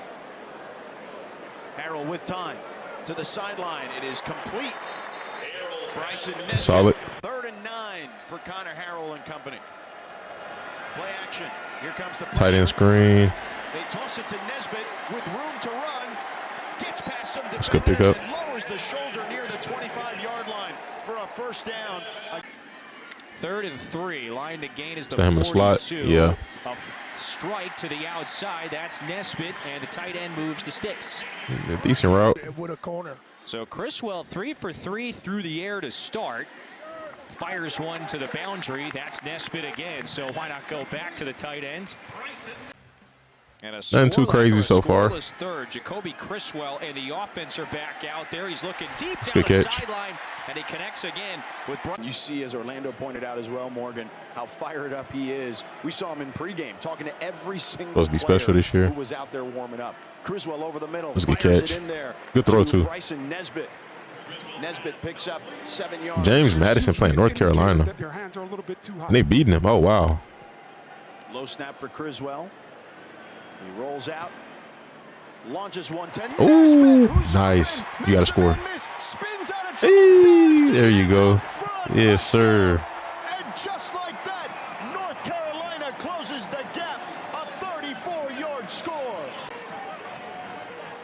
Jacoby Criswell, great back shoulder throw, understanding that Nesbit is watching the whole entire time. Yeah, plenty of Luka time going in off this right now. football game. Just make sure that you get the first down. I would run the ball right now if I was UNC. Pressure coming. Criswell finds Nesbit over the middle. Nesbit gets into Duke's territory. JMU blitzes. Pass over the middle. Wow, good catch. Gosh, James Madison blew them out. Takes on 2 more. Over 350 yards. Hampton in the backfield. He has 3 touchdowns for Carolina. Nesbit in motion. He goes in motion a decent amount. Criswell on the He gonna have to bulk up on the next level for sure if he gonna stay a tight end. Hurdles a defender and takes a big hit. A tough hit. 42-yard line, but picks up the first down after a 12-yard gain. I said 475. I don't care what level of football you're playing. That's an awesome feat. And he's going to the air to start to one of his tight ends, Bryson Nesbit. Allowing that throw to happen. And now they spin it out quickly to Bryson Nesbit. First team All-ACC as a tight end last year, picks up 8. That's still the matchup at the top of your screen. Flag flies, free play, and it's Nesbit the catch and the touchdown. This is a good catch. I think he should move to receiver, if not bulk up. But I don't know about tight end at, for sure at this size. Look, the defense relaxes because they saw the penalty go up. It is some slimmer tight ends in the league right now for sure, but Way to go for the Tar Heels. Criswell gets rid of it to Bryson Nesbit, who ducks down after 7 as the clock continues to run. Pressure off the edge. Criswell for Nesbit, wrapped up immediately, and it looks like he's got I'm cool. I'm cool with wrapping it up here. There's some potential there. I don't know where I'd rank. At least with the guys that I've watched so far, he wouldn't be in my top 5, but he got some potential. But we're gonna move on to the next.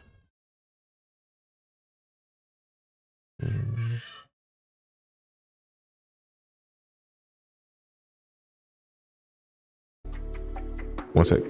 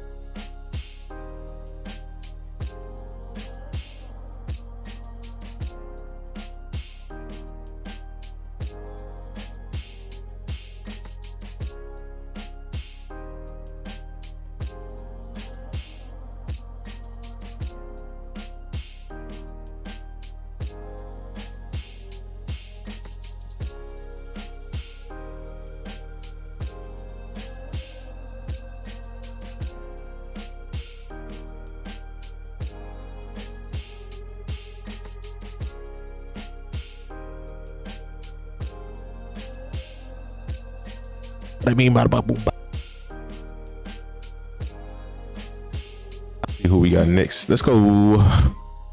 Robbie Ouzts, Alabama. So Bama got 2 tight ends up here. Okay, he wasn't ranked on Walter for sure, but he's ranked on Draft Buzz, and he's ranked higher than his teammate.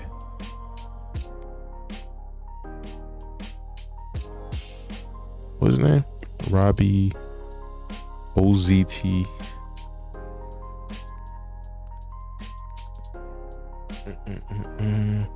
Fullback, tight end.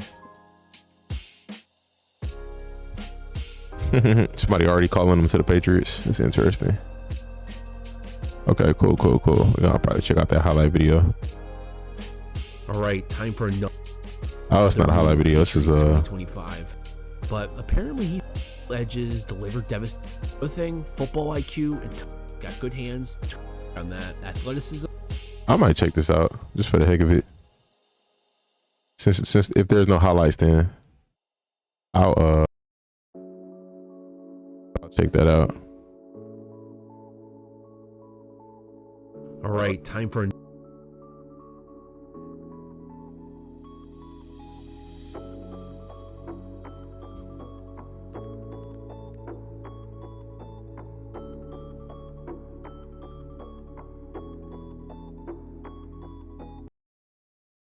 All right, we got Robbie Ouzts.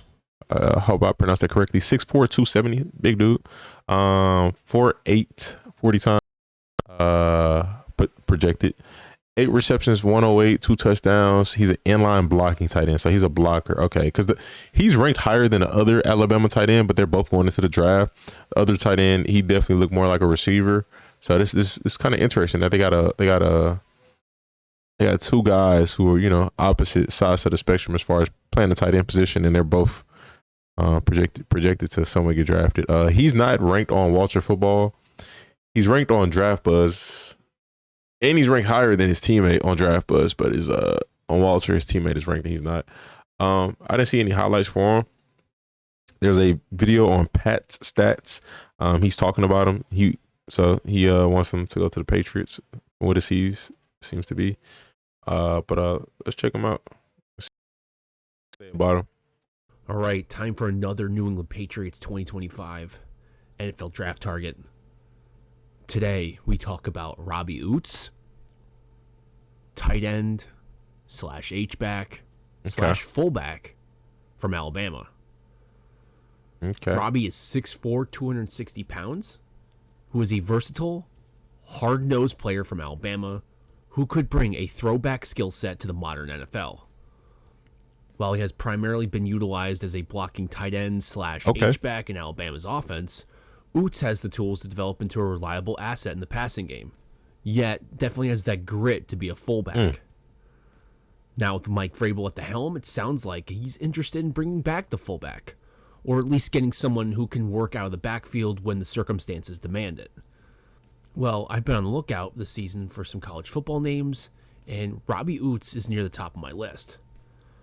I have also been discussing Willie Lampkin from UNC, who is currently a guard, but apparently he's barely 6 feet, possibly under 6 foot. And this is always nice to have, man. So it's definitely a luxury. I feel like offensively to have a player who's not a lineman and a really good blocker. He's under 300 pounds, so I figured maybe he could be easy conversion, ties to Drake May, and also there's a guard that's 6 foot. He said not even 6 foot. That's under 300 pounds just playing lineman. That's crazy. Surprisingly, he's still a All-American guard at basically 6 feet. All-American is crazy. Anyway, there's also Jackson Hawes from Georgia Tech, who is a burly inline tight end. But man, can he move for his size? So I thought he could be a quick conversion, or at least somebody that can. Oh, good job. He held his man. He kept his man out the way, out the play. Let's dive into Robbie's profile. All right, so Ouzts is one of the most effective blocking tight ends in the draft. His ability to seal edges, deliver devastating downfield blocks, and pick up blitzes makes him invaluable in a run-heavy and play-action scheme.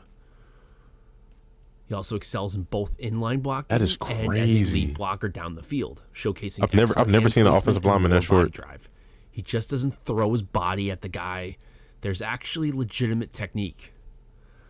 The other thing, like I said, is versatility. Plays multiple roles for Alabama. Again, inline, H-back, and occasionally that lead fullback.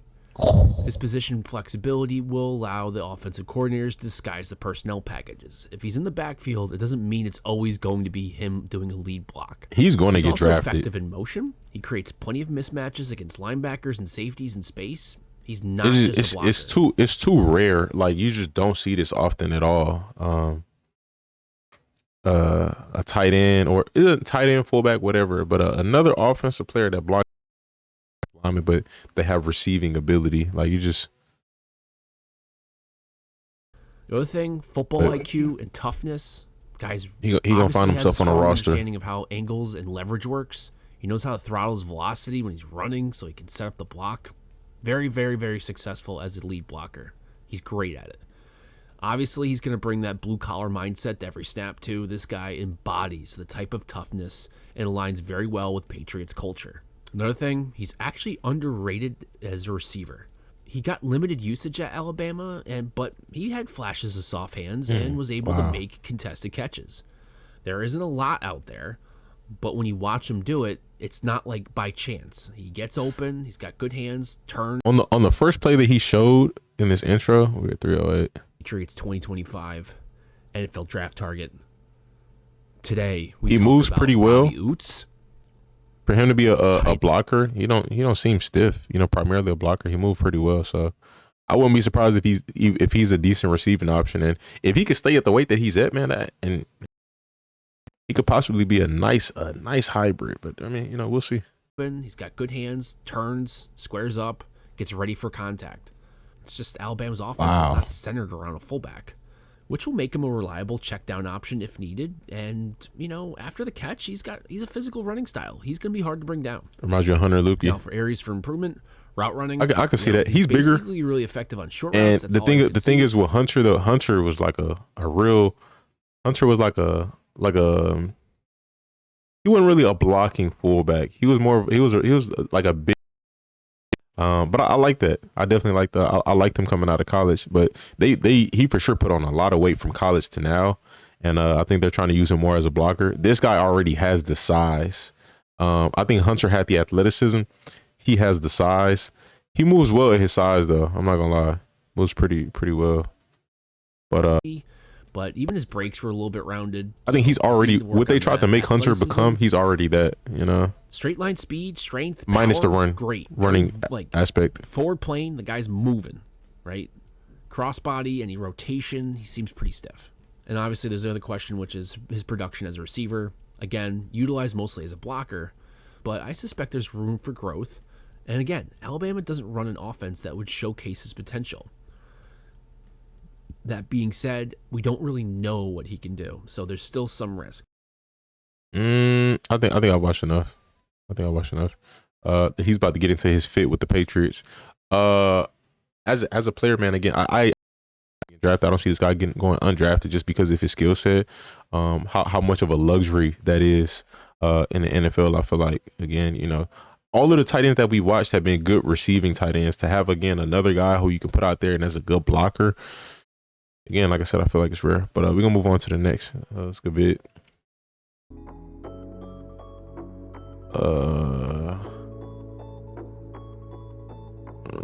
Joshua Simon, South Carolina. And then after him, we're going to get into the territory of the top tight ends. Let's see. Is Joshua Simon on here?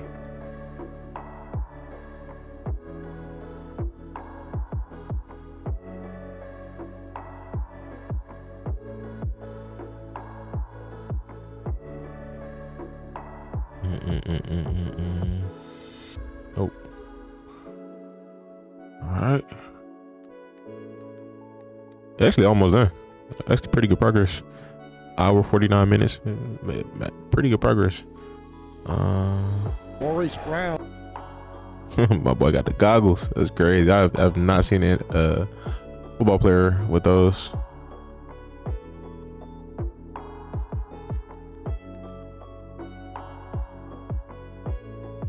In a very, very long time. All right, we got Joshua Simon, 6'4", 241-pound tight end out of South Carolina. He's ranked the 18th tight end according to Draft Buzz. Projected 40 time was a 4.7. inline multi-role tight end. 24 years old. 40 catches on the season, 519 yards, 7 touchdowns.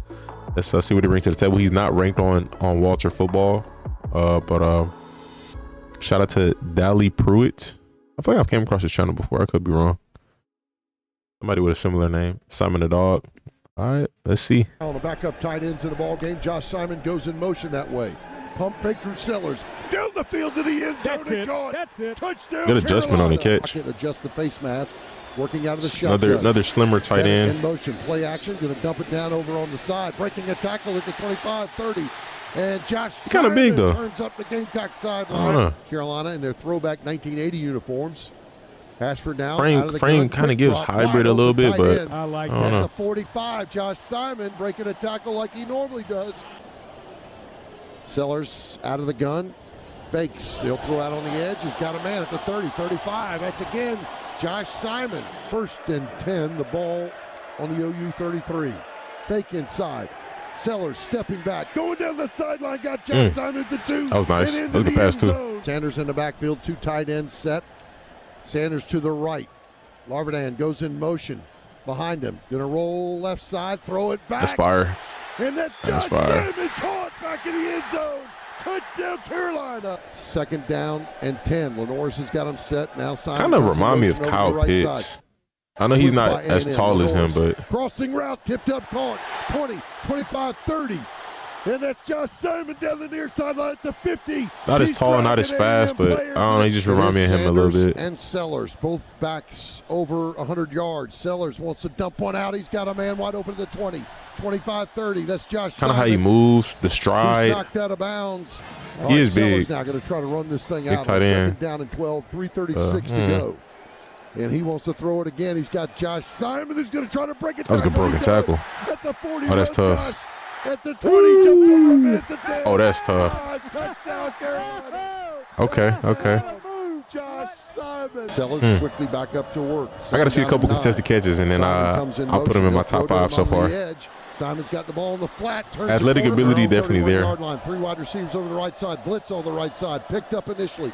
And a throw to Josh Simon on the edge. Great throw and catch. 2 wide receivers over the left side. 2 tight ends as well. Rocket in the backfield.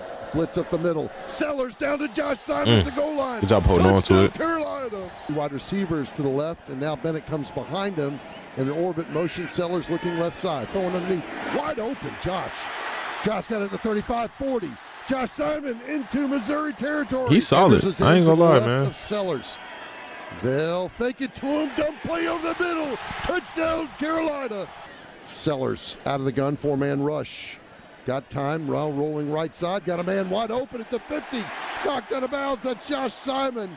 They keep those guys up front. Harbor comes in motion over to the right side. They blitz. Now quickly thrown on the edge. Good broken tackle. He's Simon tough. breaking a tackle to 35. Now leaping another man. Good job holding on to the ball as well. First down. So 1st and 10 for Carolina. No score. And Lenore's wants to throw it again. He goes underneath. Yards in total offense, only 88 yards passing.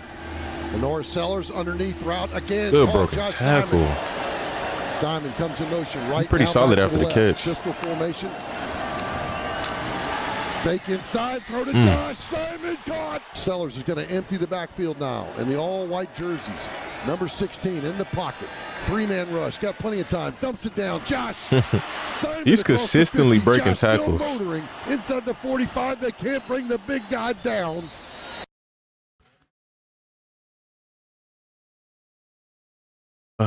He looks pretty good, man. I ain't gonna lie. He looks pretty good. If I had to rank him, I think I'd put him in my top 5 tight ends. I think I'll put him up there. I see him getting drafted for sure. His fit, I think more of obviously more of a heavy passing offense. I don't know, but very athletic and very good after the catch. That's for sure. All right, let's see who we gonna check out. That top 5 territory. Brant. I'm gonna check out Mr. Brant Jackson. We gotta check him out. Well, not top 5, but some of the more notable names. Let's check out Ferguson first. Actually, I'm gonna come straight down. I checked. Oh, you know what? Bartholomew. Let's check him out. I'm just go down. Tyler Warren and Mason Taylor are the last one, so I'm gonna check out Gavin Bartholomew.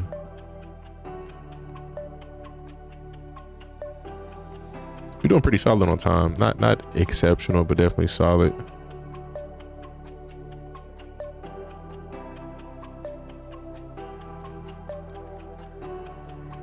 If I have time, y'all, I'm gonna be completely honest, because I want to. If I have time, when we're done with this, I'm gonna try to put my daughter to bed, and then I will get back on and play a game. I don't know what game yet though, but if I have time, because definitely in the mood to. I took me a nap earlier, so I'm probably gonna go to bed a little late tonight. But we're gonna see. Oh, you know, right here, 2024. See what happened to Young Don? Are you talking about him saying that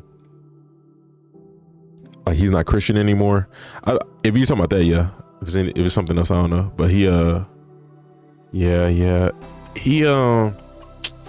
it's life, bro. You know, I respect everybody. You know, I know a lot of Muslim dudes. I know a lot of, you know, people who you know, I met a lot of people who are Catholic and everything, and I respect everybody, you know, their faith, man. But at the end of the day, it's like his reasoning was like, I asked God to do this and he didn't heal this person, and I prayed and we all prayed to God to do this and he didn't do this. And it's like, it's not in our understanding, you know. We don't understand how the world works. Yeah. I've seen a lot of people commenting on it, you know, people that I don't even watch. It was just on my TL a lot, my YouTube TL. But yeah, man, it's I mean, he'll figure it out though. It's life. I think he's like 30. He got a long way to go. 29 or 30, something like that. I don't think he's like old, you know what I'm saying? But yeah, I mean, he that's life, you know.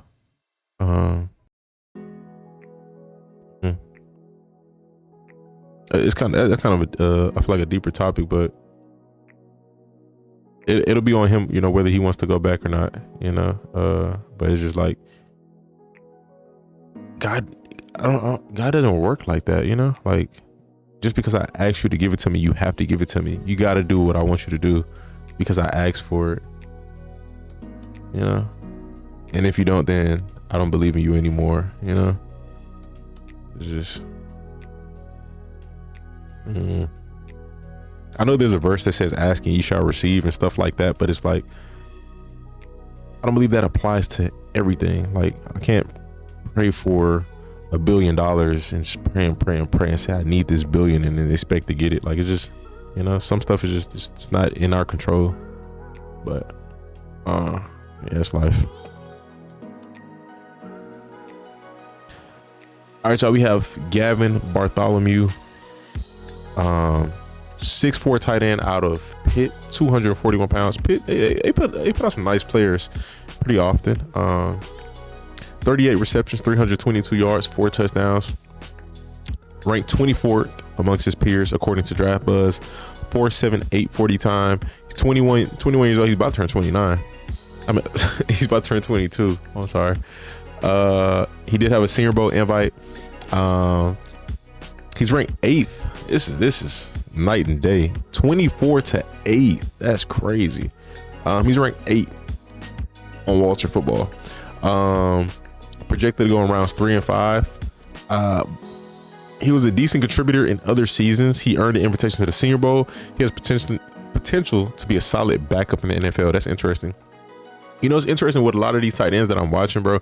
I could see that for them. You know, I could see them getting on the field day one and getting some snaps, but they might be backups. And there's nothing wrong with that in the NFL because a lot of teams run multiple tight ends. I think my mic cut out right there. But you know, I think it's nothing wrong with being a tight end 2 in the league. You know what I mean? Because again, it's a lot of good tight ends as well. Again, a lot of teams run 2 tight end sets. So that's still a win. And if you get drafted, that's a win. If you don't, again, as long as you can get on the field, I think that's a win. Be able to show your talent, you know, a little bit in flashes. You know, I would never put too much on a rookie season, you know, in the NFL. maybe as a receiver or some other positions, but as a tight end, it's all good. Let's check him out. See what he brought to the table this season. Bro's name Bartholomew. Derek Davis remains in the backfield. All right. Got him on the screen. Got some good blocks out there. And he's going to try to pick up all of what Truck the man. with the holding penalty. For Reed, and fortunately for Kent State, he picks the right side. Oh, good play. Fakes, then finds Good play. a man wide open. It's Gavin Bartholomew, the tight end. That's what I like to see. To the 35. I like to see yards after the There's catch. no short leash on Holstein. It seems like he has the entire playbook at his disposal. Broken tackles. Okay. By Holstein to get that out Consistently embracing the contact. Out to Bartholomew. Ben Sauls has a big leg. He says he's comfortable. Lined up outside. 60 and in. Pitt down by 3. Holstein sideline. Okay. Gavin Bartholomew, the tight end. And how awesome is it to get a shout out from Coach Saban on game day? Short pass complete left side with blockers. That'll Nice. Bring out Let's the go pick third up. The captain Gavin Bartholomew picks up 5 yards. Field goal would make it a 2-score game late on the road. He looked like he got some Holstein versatility to wide him. open. Spots his tight end, Bartholomew. You know, like they're moving him all around the field. Stopped by Trey Miller. Holstein in the pocket. Lined up out wide. Holstein now trying to run. Penalty flag thrown. He completes it right near the I like the spin attempt. to his tight end, The DB was just quick, but depend that on spin the attempt flag. was pretty nice. Holstein back to pass near his goal line. That was smooth. Throws, and it's I like caught by the that. tight Good end timing by the for a quarterback first right there. down. Gavin That was very smooth, Bartholomew, that's a big play for smooth Pitt. route. Ball got there at the right Takes the time. snap. They're going to throw it. Amazing. They throw it across the middle. It is complete, but Cal gets the stop well short. There is a chance you're going to have 2 undefeated teams playing in the conference championship with. And Holstein there bobbles the snap. Good job. I mean, that's ridiculous. It's good completion. That's one call, but it was the block in the back that Rhett Lashley felt like it should have been a penalty. Here's Holstein dumping the ball, and that's the tight end. Now Gavin Bartholomew gathering the football and then driving. And he is here on 1st and long after the penalty. Holstein wants to cut it loose, and Bartholomew on the far side is taken out of the air.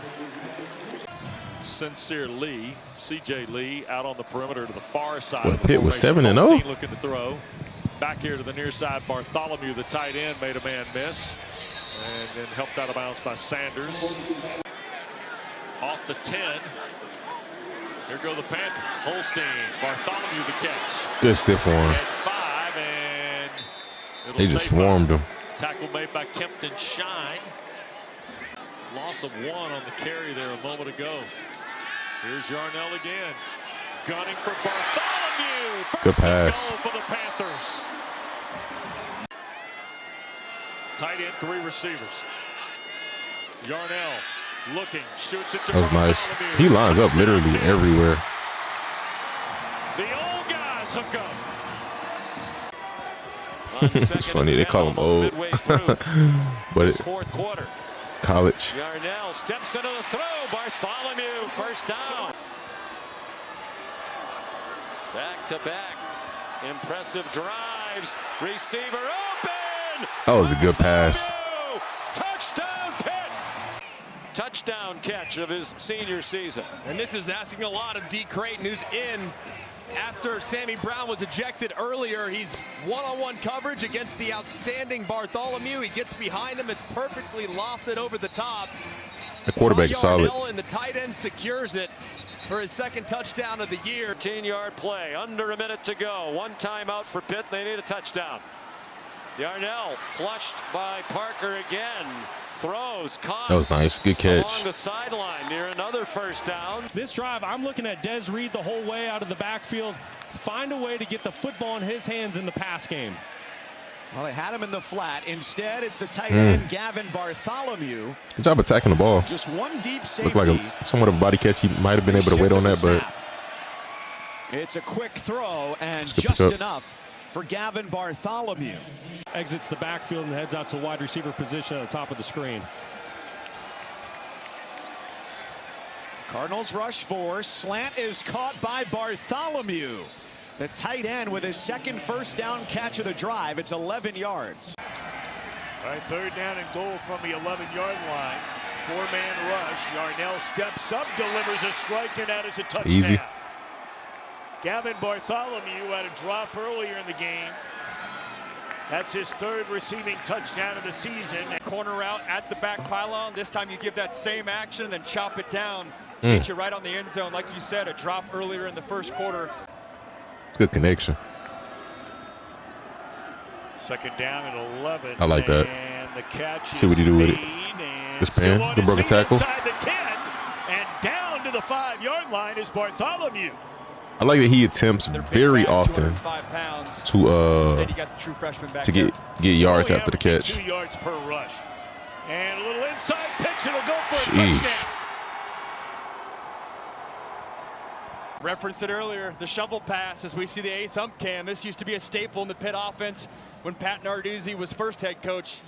That's pretty cool. They should do that in the NFL. Have the refs wear cameras. He seems solid though. I'm not gonna like front and be like I think he's a lead or he looks great or he looks like he's top 5 tight end. He's solid. I think he could. I think he can make it onto an NFL roster. Just take his game to another level. Just work, and he could be a really good player. But he seemed pretty solid though. He got the perfect. He got potential. I think he definitely got potential. And then he got versatility again. He is used to being lined up outside, used to be lined up in the slot, used to be lined up in the backfield, used to be lined up in line, used to be lined up a little bit everywhere. So he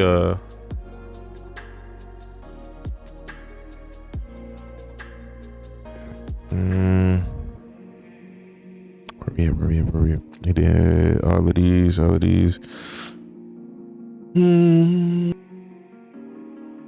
gonna go Harold Fannin Jr. Let's check out Harold.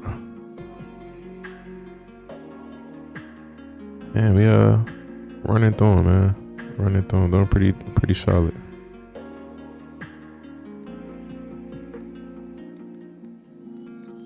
I need to remember to do this next year because last year I remember I was watching the longest highlights. Okay, cool. You gotta. Do we do Colton Denning or Sports Productions? I do this one. This one's shorter. Resume. Looks like it's got music in it. Yeah, nah. 34 on the edge. T. Ferg next. Fannin. Let me see. Yeah, for sure. Harold Fannin. All right, we got Harold Fannin Jr.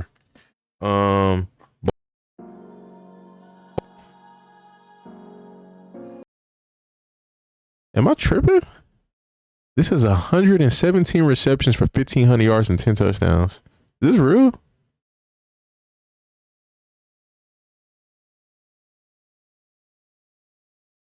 I got no stats here. What? Oh, that's crazy. Wow. Why the music cut off? Your account's been using it. Come on.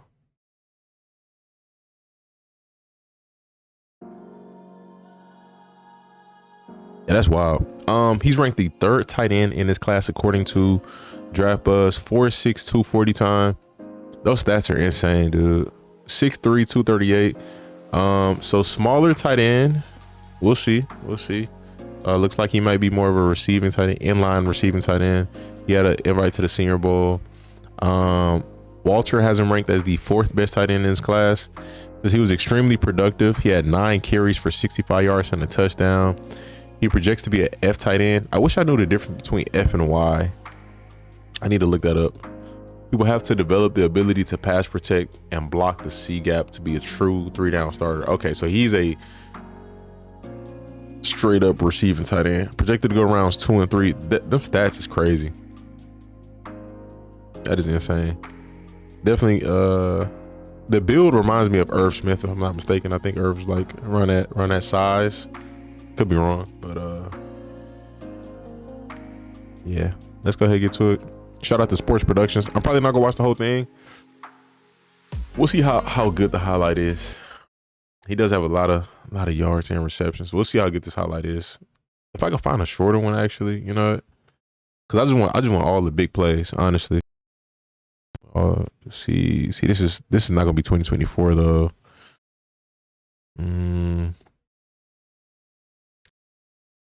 Too short. And they got music. All right. 34 on the edge. Harold Fannin. Some good broken tackles. Oh man. Breaking tackles and rolling through close to the line to gain. Bazelak over to the right side. He's got good hurdle. Jr. What a hurdle for the first down. The Janu. Just remember who said it this year, Joey. I'm going to get film of that, but take a look at the athleticism. Little skip step and then size, yes. O.J. Hilaire. Speed, probably, yeah, too. We'll see. Finding Fannin Jr. on the run. Sitting down a man and continuing to work for another first down. 1st and 10 from the 25. Bazelak to the air looking for the oh my gosh. I thought the safety was going to crack him. Penn State territory. First down. Safety's down the middle. Safety's the one who's really got to make this play. Oh my gosh, that's crazy. Bowling Green has not run the football on this drive. It's a touchdown. The fact that he got 1,500 yards, dog. Right down the field. He had to lead the nation in receiving, right? Or be top 5 or 3. Checks it down to the tight end, Fannin Jr. It'll work. Stutter step move and is able to get around Jalin Kimber. And that allowed for about a 3-yard difference. And look at this, Matt. Harold Fannin Jr., the tight end. Bazelak over the middle. The tight end, Harold Jr. nearly broke away from Jalen Reed. Fan crowd is a big part. He had 100 yards in the first half. Bazelak steps up wide open. Harold Fannin Jr. First down, Bowling Green. I'm gonna wash my hair. Set to throw on first down. Wide open. Harold Fannin Jr. Good move. Inside the 30. Woo! Makes a man miss. Inside the 10. Touchdown, Bowling Green. Harold Fannin He's Jr. tough, man. 65-yard touchdown to start the second half. It's him right there. You'll see. I think he won the Triple Crown. Wow. Good job on the switch route, but look back here. There's nobody over there. That's wild, dog. Bazelak, that ball has got to be on the money. That's a tough throw. It's a corner route going to the outside part of the field. Drops it in perfectly. The cut back. Triple Crown in college is crazy. Back across the field, Marcus Ratcliffe. No. He only had 10 touchdowns. Maybe, I don't know. Bazelak off his back foot. Finds Fannin. First down, Bowling Green. Bazelak, pressure coming. Throws. This time finds Fannin. It's caught inside the 10. Harold Fannin Jr. Old Dominion has this season from teams trying to do a little too much. Here's Bazelak on 3rd down. Good protection. What's Fannin in the end zone? He has him. I like the potential of Elijah Arroyo probably the most, but he got he going out there putting the work in, like he's putting everything on paper on the field, like it's there. Good catch. Good block. Ooh, good stuff for him.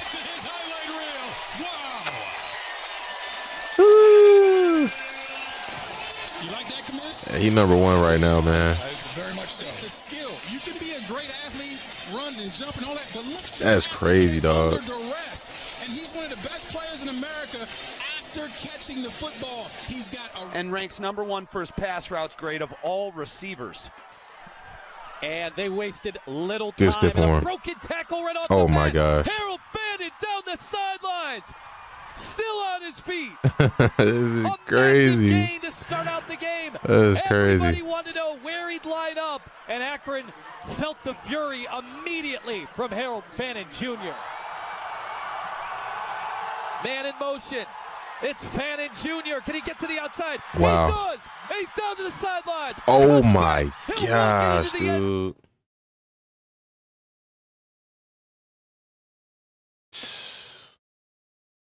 zone. Incredible. 4th and 2.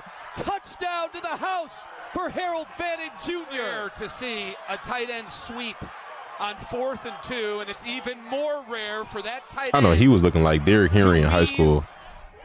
They can get a first down here without getting in the end zone. But Bazelak wins the end zone. Good catch. And what a catch from you-know-who. Nick Nash got the triple crown. I gotta look at him. Don't let Sean McVay get hands on this dude. I definitely feel like he could fit that system for sure. Good stiff arm. Good stiff arm. Oh my gosh. Oh my goodness. Excuse me. Oh my goodness. Has already added up more yards for after catch here, as he takes this all the way to the 47-yard line. I gotta see some real stuff from the rest of these tight ends to think that see. Oh, good catch. Great catch there. What a grab by Fannin. I gotta see something, man. This is crazy. He doesn't miss. It's like they didn't read the scouting report. This guy is He's from Canton. That's funny. Imagine.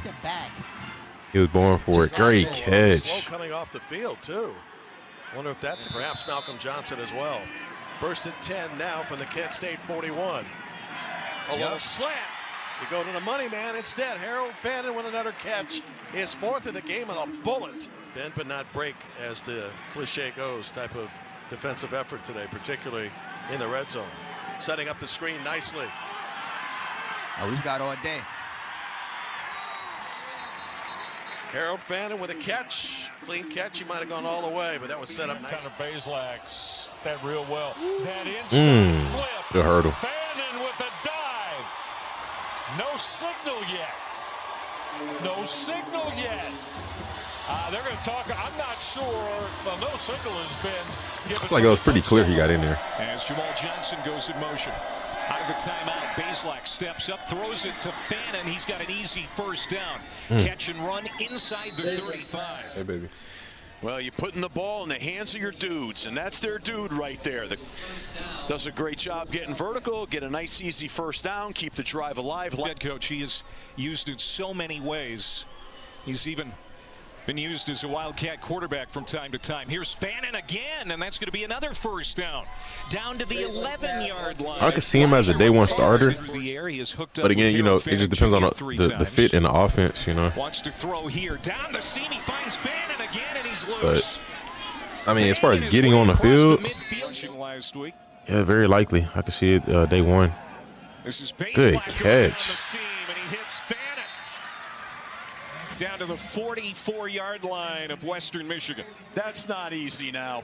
They ran him in the seam right here. He had to extend for the ball with the backside safety coming to clock him right. Bazelak. All kinds of time to throw. Finds Fannin. Got it for a touchdown. Harold Fannin. Well, they run a little oh, that was smooth. Oh my gosh. A little bit of a stop and go. Bazelak. Complete to Fannin. Had some blockers. Tripped up from behind, but he gets inside the 30-yard line. Looking to add to a 24-7 lead. They're going to pass Bazelak to the goal line. Did they get in? Yes. Yes, touchdown, Harold Fannin. Some similarities between your guy and Fannin. Yeah, Trey McBride was. They're that was nice. Very similar. 2nd down and 4. He said he's similar to Trey McBride. That's I don't know. Bazelak, the deep out. Maybe similarity. Oh, sheesh. Maybe some similarities, but that wouldn't be his direct comp. I think his comp would be Jonnu Smith, but I think he's much better. Oh my gosh, it's a good catch. Much better prospect. Touchdown, Bowling Green. 9th touchdown of the year. Certain All-American performer who is going to be huge in the NFL, we do believe as well. McBride, a solid comp. So from the 30-yard line, there's some similarities, but like run after catch, I don't think the run after catch is similar. Vaughn Pemberton touchdown blitz coming. I think his run after catch is much more similar to Jonnu. Harold Fannin down down to the 11-yard And his speed line. is similar to Jonnu. Yep, got Close to get him in the second round. Fanning again. Sheesh. Oh my goodness. Harold Fannin Jr. inside the 5. Bro, he's trying to score, bro. Every time. Touchdown, saving tackle from the Let's hope that he's okay. Fannin shows you, I can catch the ball behind me as he's running that Bam 8. Then he just does what he does really well, Michael, which is run after the catch. That boy is on one. That's just a quick skinny post. Interference. Convert. And another throw down the middle. Here's Fannin. And that's going to be a record-setting catch. Spins inside the 35 of Arkansas State. For all the experiences, what a career it's been. All right, I'm gonna stop it after this one. Up to Peagies, and now an open receiver, and it's Fannin. Another big gain for the tight end. All right. Gosh, yeah, he's so far of the players that I've watched, he's probably the most like athletically dominant that I've seen out of the quarterbacks and tight ends. Definitely day one guy. Like as far as like starter. I got to check out the other tight ends again to see where he would be drafted at, with his peers. But production, this guy is sick, dog. I'm not gonna lie. And it's not even about like the competition. Essentially, it's like he goes out there and like his style, I guess. He go out there, he's trying to break every tackle. He's trying to run through every defender. He's trying to extend the play. He's trying to score. I feel like I kind of lost the train of thought where I was going with that initially, but very, very good player. Very good player. Kind of wish I would have watched his a little later. We're gonna check out Terrance Ferguson next.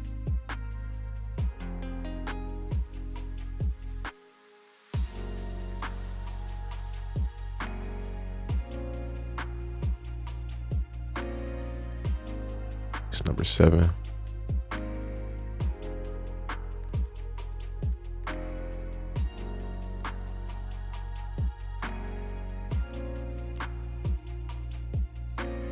Let's get it. Wow, you old past tight end. I can't remember his name.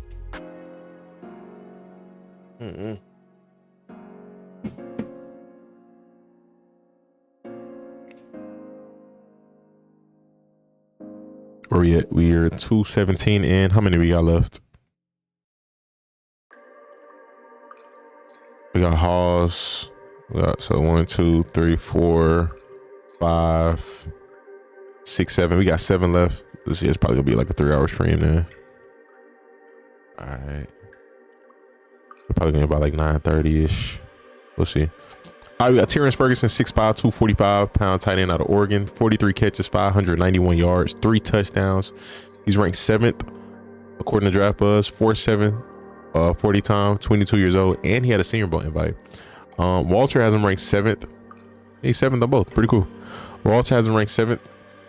Expected to go rounds 3 to 4. Said he was a good contributor for the Ducks. He's been very consistent over his 4-year career.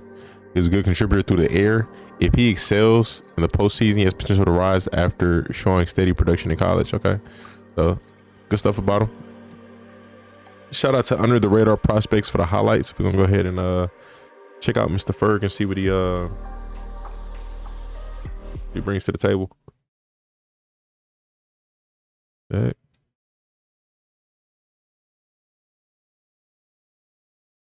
From the 16.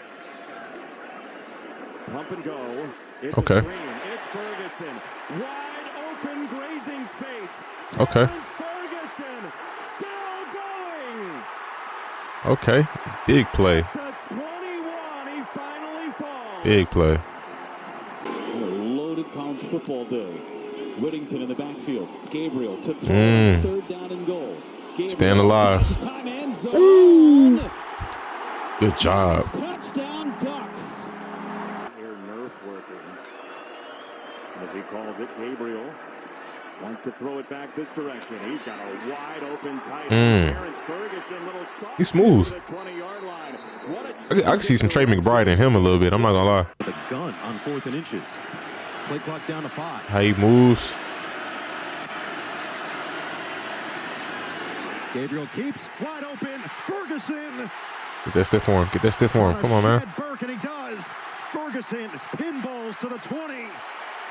The group he has really in all 3 facets of the game this season. There's Gabriel off play action. Wow. To the end zone for the touchdown. That's a good pass. Gabriel. Rifles caught. Ferguson. That's a good broken tackle. Shakes free. Inside the 30. Gosh, my arm is sore. I can't even reach it back. I need to start stretching. Gabriel on the move again and flips it to Ferguson, who's open. Ferguson barrels down inside the 5. Man, I didn't even realize that. Carl Holman said he is the rock. Feeling the pressure. A lot of space now for Ferguson down the sideline. Good blocking in front. Ferguson. He moves very well, man. Very well for his size. Terrance Ferguson split wide. The tight end comes in motion. 3rd and goal. Everything just looks natural. Gabriel, blitz coming. Got rid of it in a hurry. Touchdown. There it is. Nice. Ferguson. He knew it. I feel like Trey McBride is a very good comp for him. Gabriel wants to throw back. Now, Good job staying alive, man. He does a good job ad-libbing with his quarterback. at the 1 foot line. Watch Loveland. Nah, not yet, not yet. Loveland's coming up, and Mason Taylor's coming up too. Jordan James. Haven't watched him yet. Johnson just moved to the outside. Gabriel, a little bit of trouble. Crossing route. Ferguson, the tight end, 1st down. That was nice. Evan Stewart has had the big day with 8 catches. Looking the other side. Gabriel escapes on the run. It's caught. Wow. Terrance Ferguson in traffic. What a grab. A lot of defenders, a lot of bodies over Gabriel there. can throw, dog. I am not gonna lie. That wow. Oh my goodness. It's physical. They want you to feel them on offense. Despite the height, that's a good quarterback. Gabriel's going to take the shot down the middle. It's Ferguson. Makes the grab inside the 5. And the Ducks get it back. At the end of the first, Dylan Gabriel. Nice dump off. Again, Terrance Ferguson blitzing. Turn up, Ben. And finally, in plus territory or lower body. Yep. And you could see he was able to lower the shoulder just to get this drive going. Crossing route. Ferguson makes the catch. It is slung. I think he got to do better. Some of these situations where it's like one-on-one, where he could get the defender out the way. I think he got to use his momentum because he's the bigger guy. So use his momentum, and that's the second, at least the second step form that I can remember in this clip that I feel like he could have got, where he could have gotten the defender out the way. Good adjustment. That was nice.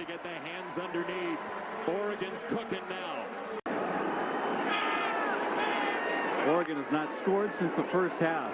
I like this play. So many teams have ran this play in this highlight. Good job holding on to it. He gets off the field. Noah Whittington is on. Dylan Gabriel.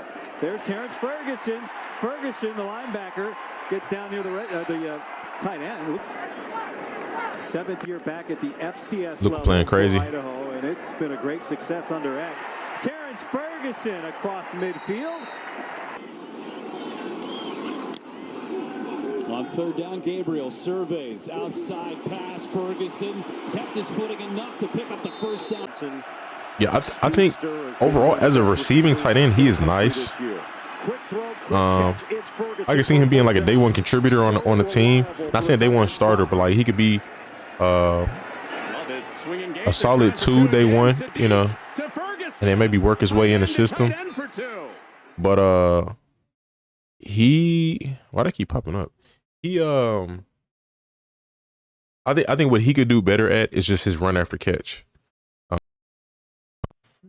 I think, again, like I said, certain situations there where I felt like he was the bigger guy, had the momentum coming downhill, and could have forced the defender off of him or forced the defender out the way. Just my opinion, but overall, though, he's pretty good. I just think that's the area that he can improve in. But he's a very solid prospect, very, very solid. See who we got. Jackson Hawes.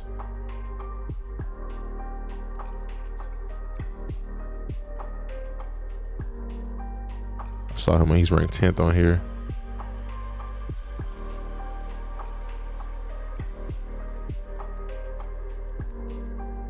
You know, it's gonna be interesting once they do figure it out. Once the Lakers do figure it out, because the last time we've seen a ball dominant player, I'm talking about like a guard, not a big man.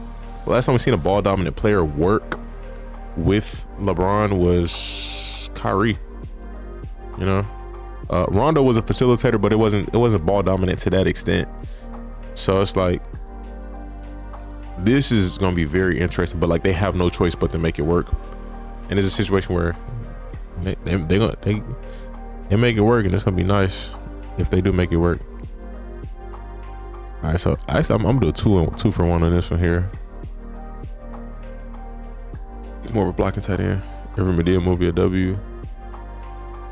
I used to like him when I was younger. I don't really care for him now. I mean, you know, it's entertaining. It's entertaining.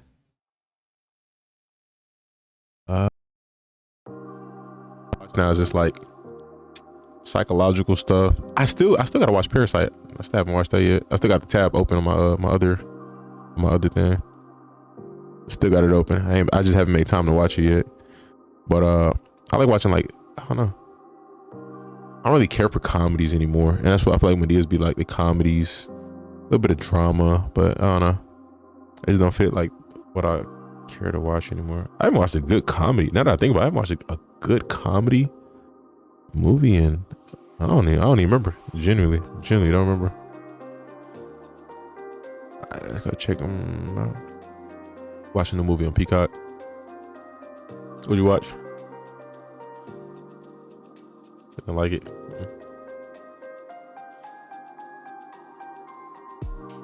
All right, we got Jackson Hawes, 6'4", 252-pound tight end, 16 receptions, 195. Inline multi-role tight end. I was told he's more of a blocker. 4.74 40 time. He's ranked 13th according to Draft Buzz. And on Walter, he's ranked 10th.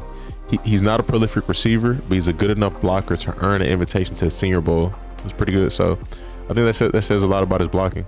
He needs to show receiving mobility to help his draft stock. That's it, receiving ability. But so we're gonna do 2. I'm gonna watch Hyper, and then I'm gonna watch a little bit of this Ryder McConville. This is potentially gonna be some receiving highlights, and then we're gonna watch some blocking highlights as well. Nosferatu, I heard that was good. That's interesting. I'm gonna check it out one of these days. But I heard that was pretty good. See. Hyper. Oh gosh. Looks strong. Kind of dragged that guy for some yards. It's a good catch. On third downs in this game. Pressure comes down the seam. It's caught. And the big tight end Jackson. Yeah, he looks like he's strong. Kind of a Hawes, the other tough takedown. The mix makes the catch. Yeah. First down, and he's these last several weeks. First down, he's going to pull it. He's going to go underneath to the tight end, Hawes. That had looks. Rutherford in motion, back in the game. Good for them. Philo, good play. Jackson Hawes. Hawes, big moves. The tight wow. Change to throw again. Syracuse brings just 3, so he has time. Does he have enough for the first? 2nd and 8. King hooks up with the big tight end and out. I think work on some agility, work on some speed. He'd be pretty nice. Because I mean, he is so far so good. You know, with the ball in his hands, he's tough to take down. But if he can consistently be a guy who can create separation and be able to beat people with his legs. I need to turn autoplay off because it just keeps. I'm turning it off right now. If he can beat people with his legs, yeah. Let's check out. We're back, people. Ain't it? Ryder McConville talking about his blocking a little bit. I want to see some of that. We're breaking down film on Jackson Hawes, Georgia Tech tight end. Easily the best blocking tight end in this draft class. Like, he is dominant. He plays like a 6 offensive lineman. He's asked to work on like multiple different concepts.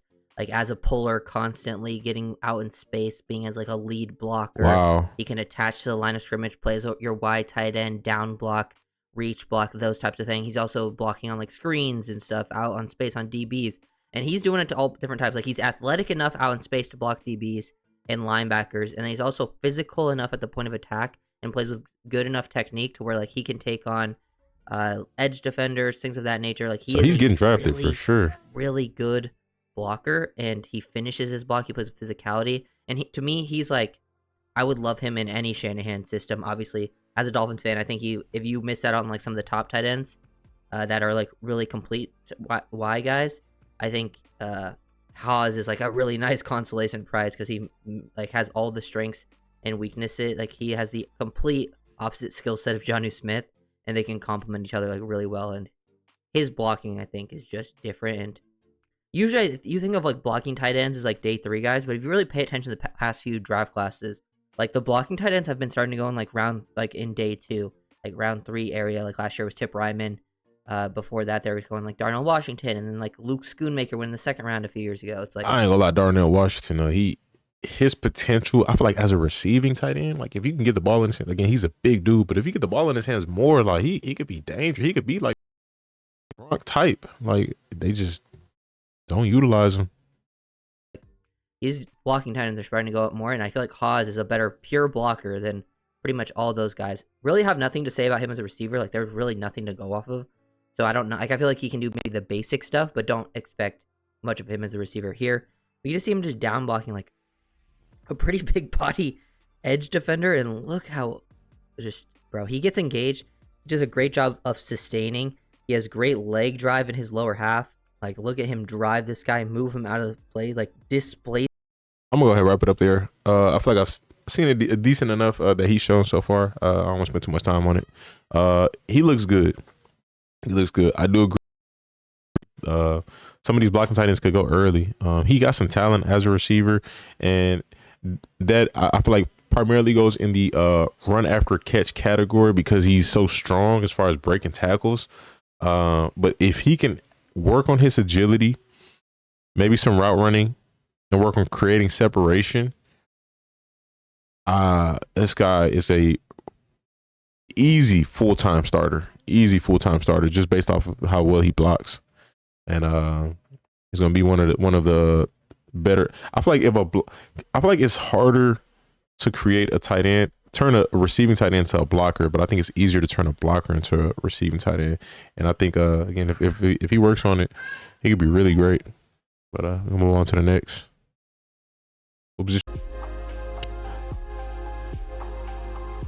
I gotta count them. I'm gonna do whatever's shorter. I'm just doing shorter than longest. So it looks like linebackers actually right now look like they're the next shortest.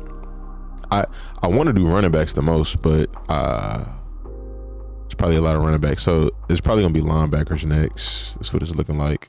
Receivers, yeah, it's gonna be linebackers next.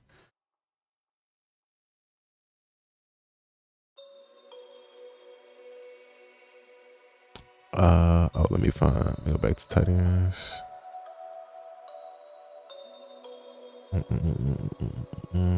Probably do Gunnar Helm.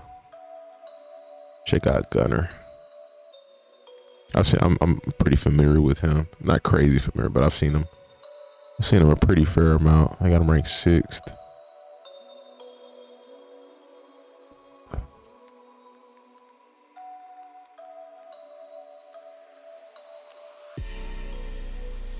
Darnell issues is being on the Steelers. Yeah, I think bro for sure should have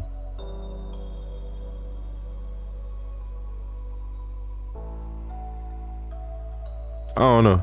I'm not gonna say he should have went somewhere else. He got drafted by them, so it's not like he had a choice, but yeah.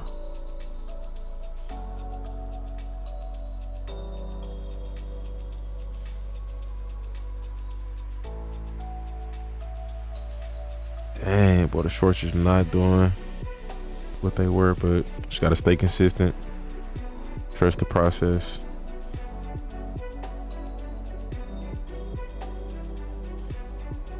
Gotta give it time. Stay consistent, trust the process.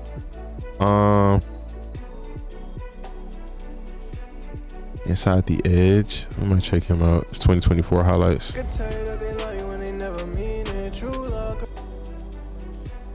All right. We got Gunnar Helm. 60 receptions on the season, 786 yards, 7 touchdowns. One of the better resumes we've seen, stat lines we've seen with the tight ends. 6'5", 238. He's ranked the 4th tight end in his class according to Draft Buzz. 4'7", 40 time. Projected 22 years old. He had a Senior Bowl invite. They got him ranked as the 6th, so he's what, 4 and 6. They got him ranked as the 6th. Rounds 2 to 4. Says 2 talented receivers to the 2024 draft this season. They had to rely on other players to step up and help replace the production of Worthy and A.D. Mitchell. Helm is one of the players. As a senior tight end, was a dangerous seam weapon for Quinn Ewers. In 24, he had blank stats. It has been a huge jump in production from 23 when he had Jatavian Sanders as the other tight end. He has quality size to be a blocker, has flash, some functional receiving ability. He could be a sleeper who's a nice value pick in the draft. Okay.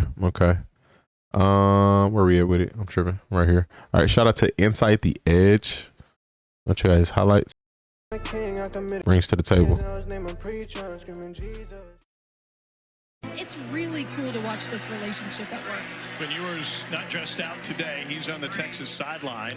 And There's music on this? It is. Hold on. If I ain't gonna. That's the only one with 2024 highlights. It looks like. Yeah. All right. We're gonna have to just mute it. I'll put the. I'm gonna put the. I like these channels. Every target and touch. I like when channels do that. Gunnar.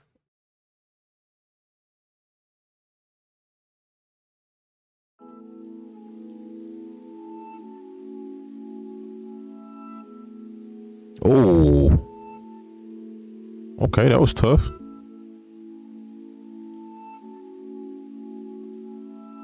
Good job by Quinn Ewers extending his play. That was nice. Ooh, good catch.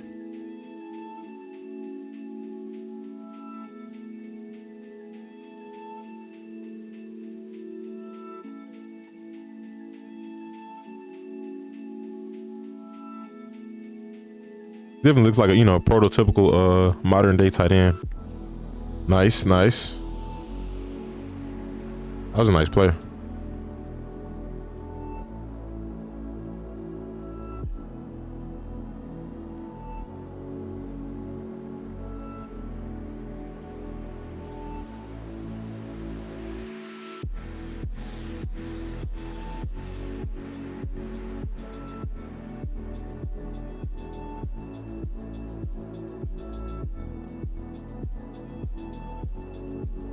Good job.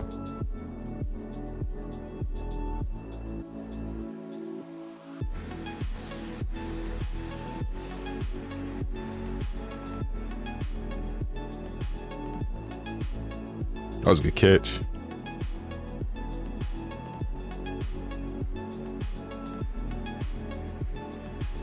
Ooh, ball got tipped. Still got it.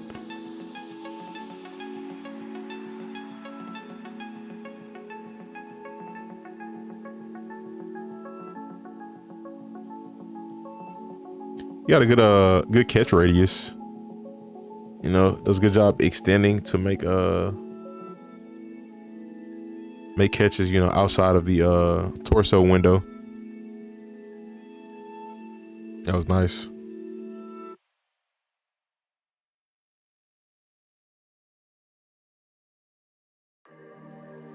Yeah. What are you talking about, Dylan? Step up in the pocket. Nice. It's still for him. Sick. A double pass. Ooh, what a catch. He's got some nice contested catches in this one. That's what I like to see from receivers, tight ends, just in general, it's like catching the ball while you're open, even catching the ball while you made separation. You can run some great routes, but there's gonna be times where you're gonna be called on to make a play, and coverage is gonna be tight, and can you be relied on in situations like that? I think that's really big. Good move. He's good. Ja'Tavion Sanders. Yeah, I mean, their offense was kind of all over the place this year. It was very up and down. Bryce had a better year towards the second half of the season, but he just wasn't a primary piece. And did they have another tight end that was starting over him? If I'm not mistaken. Sheesh.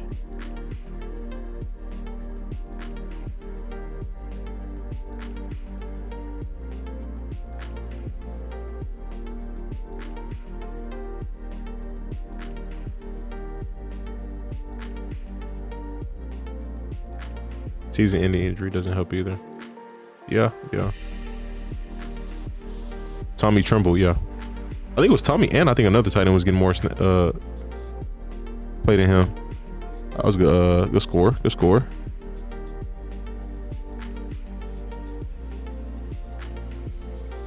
That was nice. He kind of routed him up right there.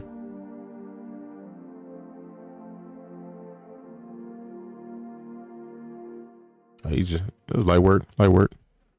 All right. He seems pretty well. Day one contributor. I think he matches up pretty well against his peers.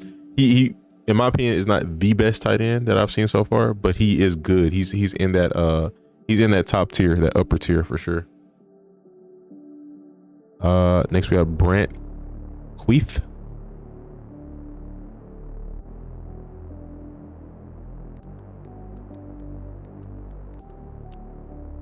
Honestly, I don't know. We'll see. I might get back on. We'll see. I'm about to say I might just edit. Is this the guy you say you have to post? That's tough. If I wasn't doing them all in one stream, I'd wait for sure. But I'm pretty sure you're gonna have some more guys who didn't get invited.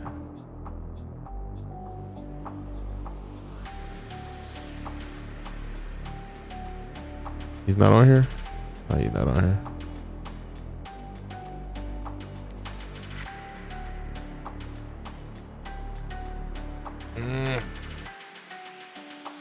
Utah.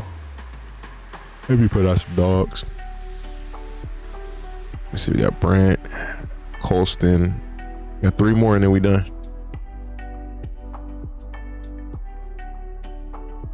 Next stream, have them ready. Yes, sir.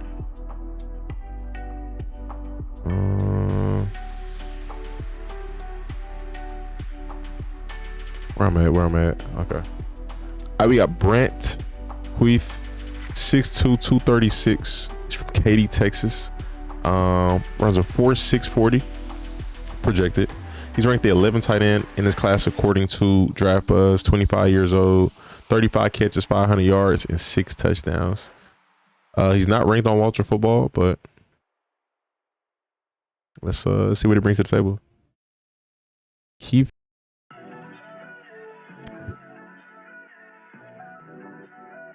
We got 2024 highlights right here. Oh, didn't this pop up? Some chunk yardage. Thanks. That's interesting. 7th year senior. Oh wow. He is 7th year senior. He's how old is he? 25. Oh, he's 25. Dang, I didn't even correlate that. Hey man, let's get to it. Some chunk yardage. Thanks. Okay. They've already got one of those big plays, the 64-yard touchdown pass. Good They play. got another one. Yes, they do. Welcome back, Brant Kuithe. Touchdown, Kuithe, got you.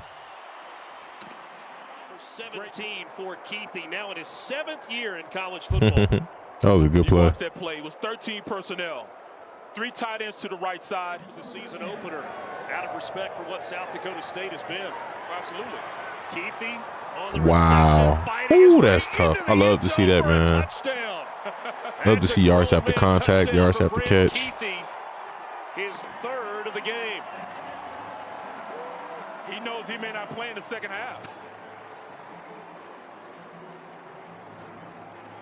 Halftime, just 68 seconds remaining in this first half. It's in a slot on a little wheel route, comes and stops. But then there's 4 defenders there that should have stopped him. We're talking about a guy with the will to be great. He just wouldn't be denied. 1, 2, 3, 4. That's crazy. That is crazy. Unstoppable. Brant Kuithe's father, Dennis. Tina, thanks for that. This incredibly emotional time for Larson. Wilson throws here. Kuithe by himself. Brant Kuithe all alone. Big pickup for Utah. First down, then some in a plus territory. You're going to see 2 defenders go with the outside receiver that time, leaving Kuithe wide open, and Utah giving Utah State a little bit of taste of their own medicine, where they're having some success on the ground, and because of that, now they're able to use play action. Sluggish team to begin the game, no doubt for the Ouzts. Wilson on first down. Coming across. Ooh, nice. Got the catch. Bouncing off tackle. He got some wheels. Plus territory, and then some, a huge pickup. Larson finally has the tackle for Utah State. Gain of 33. Kuithe wow. wide open across the middle, and Isaac Wilson showing the patience again. I mean, you can tell. Another one of them guys. He seemed like he had a pretty solid skill set. He got really good size. Seemed like he could be pretty productive. You know, immediately in the NFL, like early on. And the Utes are rolling here in Logan today. Wildcat. Here we go. Oh, that's nice. I definitely do like this tight end class, though. It's a lot of talent. A lot of talent. On the ground, Brant Kuithe.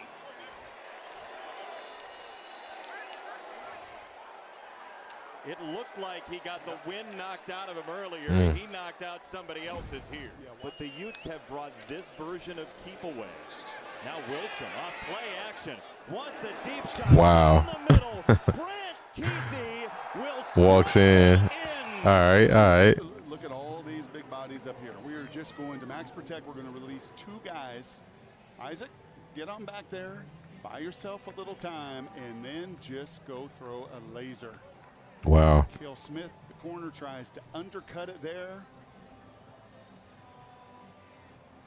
And Kuithe, the concentration. As well, along with the lower body injuries he's played with. Out of a 3 tight end set, Rising will throw. And that one finds Kuithe. That quarterback throws some iffy passes, but they get there. Now the question is, can they finish the drive with a touchdown? Well, he layered this baby. Sheesh. You got Crook. Far machine. You see his TD against Houston. Location of the football. So 3rd and 10. Wilson.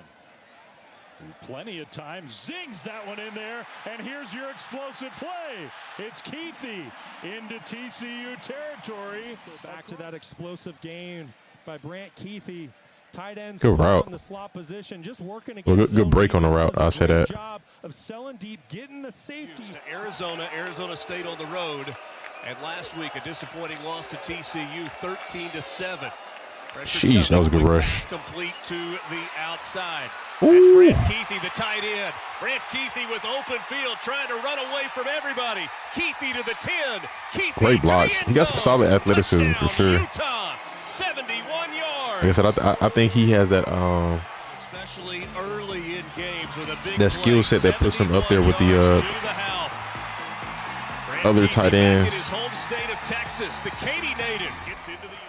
You know, in that upper tier, looks very well rounded. 71-yard catch and run from Brant Kuithe. This is Kuithe on the catch again. Catching and running again. He runs his routes pretty well too. I'm not gonna lie, like I could be tripping, but seems like one of the better route runners of these tight ends that I've seen. He's healthy. He's probably the #1 target for Wilson. you know, besides, you know, Money Parks, and we haven't heard anything. Good job after the catch. Brandon Rose. It's the captain, Mekhi Bernard. Play fake to him. He picks up a blitzer. The throw is caught. Light work. Touchdown. Just a perfect throw to Kuithe. That matchup, Brant Kuithe's going to win every time. Keep an eye in the backfield also. Running back, great job on the blitz pickup to allow time for the throw down the field. What an answer by Utah. In the backfield, ready to take the snap. Vincent in motion. Kuithe, left side, walks it in. Touchdown. That's pretty cool. High stepped it in. How tall is he? He's caught. 6'2". He's 6'2". I thought he was taller than that. Oh wow, that's interesting. Okay, very solid skill set. I'm not gonna lie, very solid skill set. The mask. But yeah, very solid skill set. I like what I see. It's gonna be interesting to see where he goes. You know.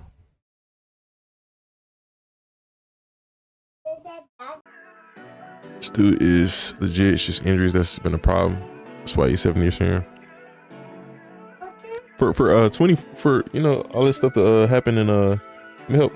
For all that happened in 2024, that's pretty good. Come here.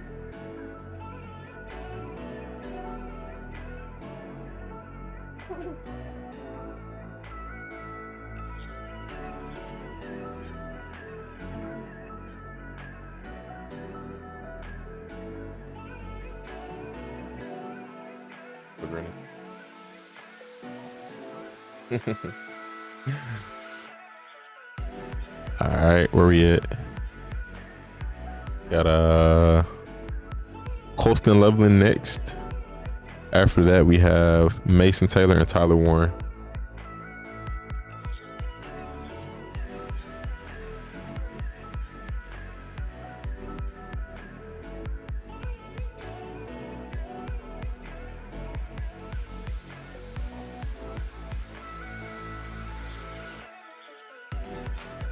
I've seen Loveland over the years and like different highlights and of different players' highlights in different games, and he's been consistently a guy who stood out to me. I was like, is he going to his draft this year? I feel like I would say that every year for like the last 2 years or so, but he's a playmaker. He is. I'm looking forward to watching this here. I'm gonna do sports production. It's gonna be shorter. It's 5 minutes. I'll take that. All right. We got Colston Loveland, 6'5", 245 pounds, out of runs a 4.7 projected 40 time, 56 catches on the season, 582 yards and 5 touchdowns. He's from Houston. Oh no, it just says Houston, Texas. He's 20. What the heck? Oh wow. He's gonna have a really good career. He's gonna get paid a lot too. I feel like, I feel like the younger you come in, you stay in your prime. You know, from 20 to 30, you just rack them contracts up, man. You get him after his rookie contract. He can get potentially 2 big contracts, maybe even 3, depending on how good he ends up being. You know, down the road. That's tough. Walter has him ranked as the second tight end, so he's second on both. Loveland made a lot of clutch catches during his sophomore season. On top of being a receiving threat, he flashed some ability to contribute as a blocker. As a freshman, he notched. Okay, that don't matter. He missed some time with injury, but has returned to the field and played better than he did before the injury. Okay, let's go ahead and get to it. We got Colston Loveland. Shout out to Sports Productions. How Warren does his first throw of the season. Slings it, caught. Who else? Loveland. Nice quick catch. First down in the red zone. Once it brings Jim Harbaugh and Greg Roman now with the Chargers, hoping to do the same at the NFL level. Warren slings, completes. Loveland move the sticks once again. Going right here. Bredesen out wide, as is Edwards on first down. Warren uncorks. It's Loveland again on the run. Good catch. Two right there. 0 for 4. Michigan on third down. This one 3rd and 6 for Warren. Loveland, the go-to. First down and more into Fresno territory. That was nice. Dragging. Ooh, smooth. He had a big frame, but he moves pretty. Ooh, that was a good catch. Moves pretty well for his size. Another one of these guys who just everything looks very natural. You don't look stiff at all, just smooth. He takes off down the field. After stepping out, comes right back in, and then there he makes the catch. Bang! There's Tyler. Is that not a penalty in college? He stepped out of bounds. It's good completion. 3rd and 6, empty backfield. Across the middle, there's Loveland. First down, Wolverines. Right on cue. It's in the game. Orji wants to throw it. Underneath, caught. First down, Michigan. Give me like Mark Andrews vibes. Tuttle. Oh, he had his tight end.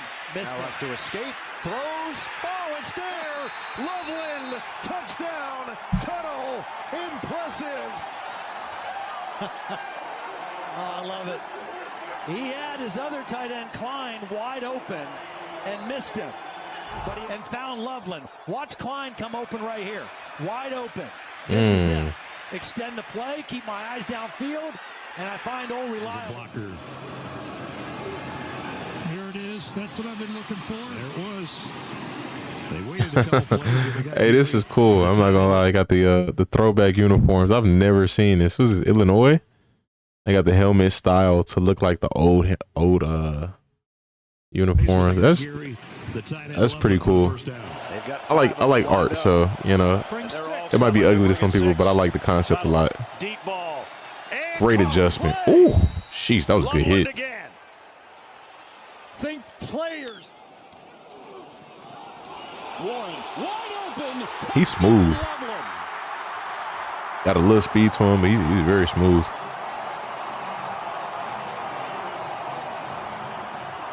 Game. He's shown up big for the Wolverines. Edwards gets a toss. Nice double pass. Touchdown! Colston Loveland is second of the game. Runner, they're going to toss it to him, and Colston's going to come down to block and then leak to the corner. And watch how this fools Michigan State. There's the toss. Colston's looking like he's blocking. And number 43, Malik Spencer.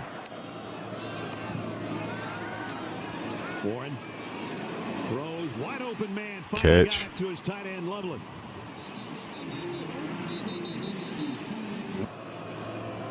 From the 45, under center, Warren. The pitch, now the end around, the flea flicker. Warren's got a man, Loveland again. Ooh, good stiff arm. Colston Loveland down the sideline, all the way to the 19-yard line.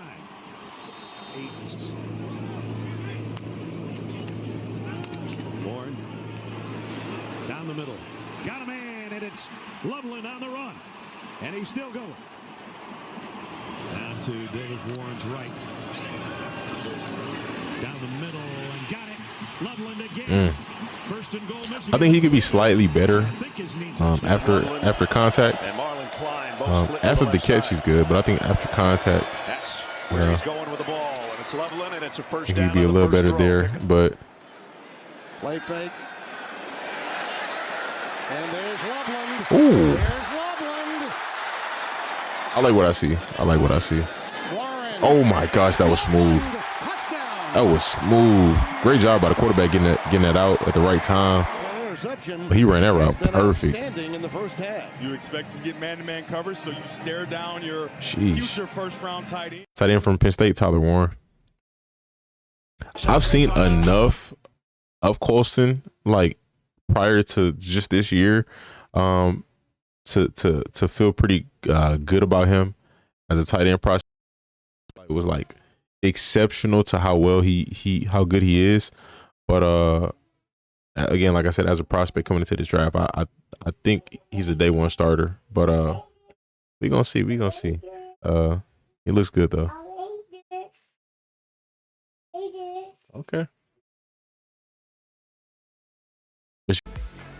Approaches this year. Yeah, I believe you. I think I've seen, like, I mean, even in that highlight, seen him switch out the quarterback, like, you know, three different quarterbacks coming in and play, and that was throughout the season too. When I would tune in, you know, occasionally I would see a highlight or something, see different quarterbacks playing. All right, we got Mason Taylor and then Tyler Warren.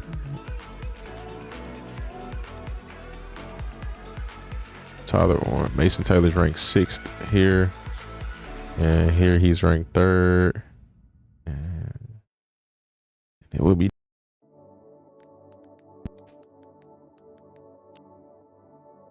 Let's see, best LSU highlights this 1 month. If I type 2024, see if anything comes up here.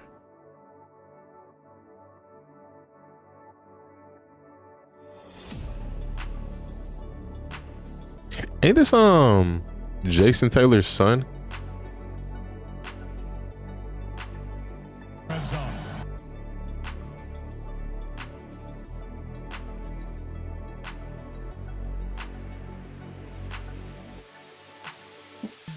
All right, y'all, we got Mason Taylor, 6'5", 250-pound tight end out of LSU. 55 receptions on a season, 546 yards, 2 touchdowns. 20 years old. He's going to turn 21. Projected 40 time is a 4.6. He's ranked again 6th on Draft Buzz, and he's ranked 3rd on Walter Football. Said Taylor had 55. Actually, you know, start down here before the season. Said he was an instant contributor as a freshman, provided some clutch plays for the Tigers. He has good natural build along with impressive speed and athleticism. He could be really good, you know, with his dad being potential NFL Hall of Famer if he's not a Hall of Famer. I know his dad was really good. He's played well as a receiver and showed the ability to help in pass protection and block the C gap. He looks like a potential 3-down starter. That sounds really good. I think he's the first player that I've seen them review and say that about. Hold on.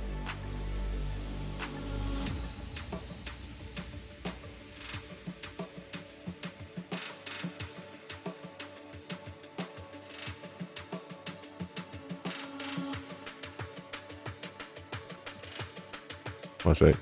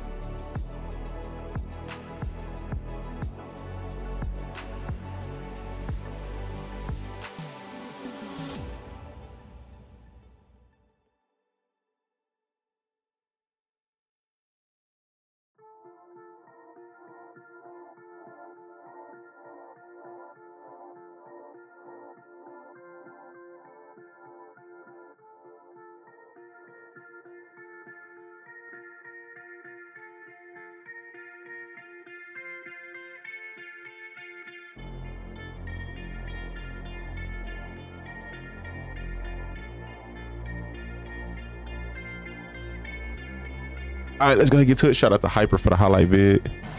Oh, no, music. Daniels on the move, flips it short to Taylor. Let's get stiff arm. Ooh, good truck.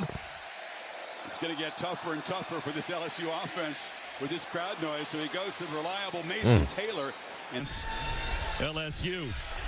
Here's a seam shot on time. Jaden Daniels. Dial up a shot for him. Now it's a keeper. They flip it in the flat. Taylor's got it. Gets a block from Neighbors on the edge. And first half. Now they back away. Florida does. Nussmeier from the pocket. Got a man. It's caught. A first down. And there's Mason. They pick up the pressure. Daniels gets a lot of highlights from last year. Taylor makes the catch. Daniels flips it short. Taylor has got space. Nice. Not this past season. He runs right instead. Down the side. Wow, that was a crazy pass. Daniels in motion. Nussmeier steps up, fires to the edge, and it's Mason. Daniels, a little pass on the flat to Mason Taylor. Nothing crazy exceptional yet, but you know, based off of what they've said about him, I'll take it that he's good. And looking at a four-man rush on third down, out of the pocket again. Finds a check down. Mason Taylor. Daniels. I guess size, build, Extends the play and eventually finds Mason Taylor wide open on the athleticism seems. That was nice. Athleticism seems pretty solid. Three-man rush all to the right of Nussmeier. It's a good catch. To take the Harold Perkins pick and capitalize. Swing pass. And that's about as easy as it gets.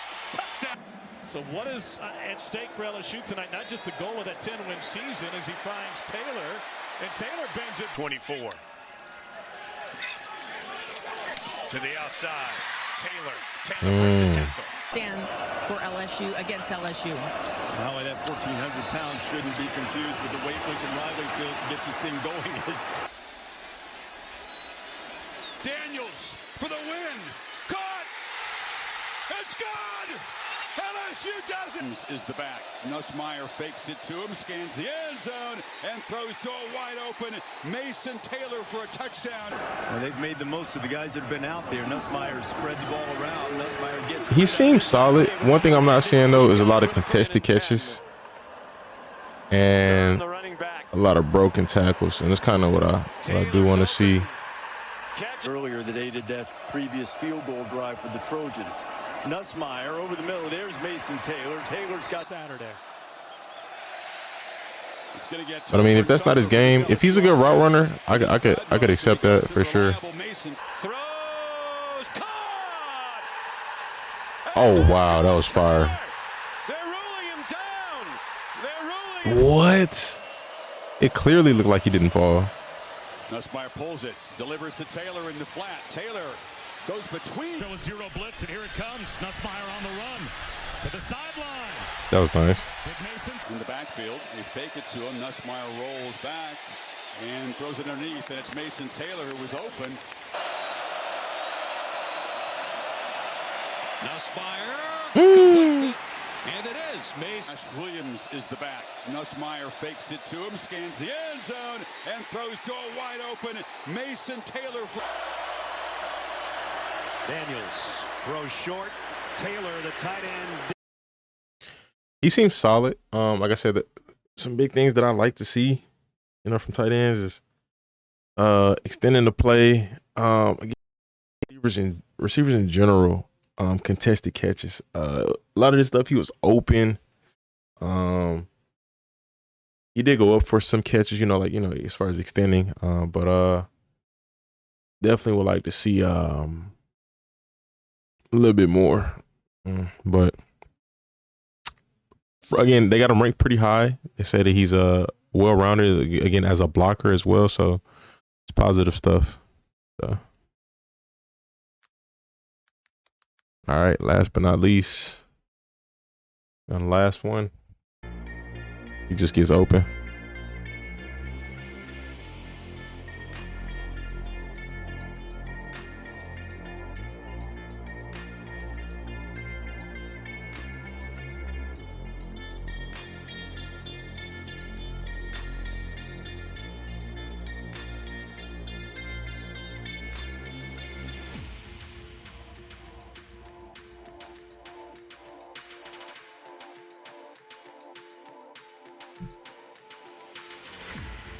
Tyler Warren. Shit.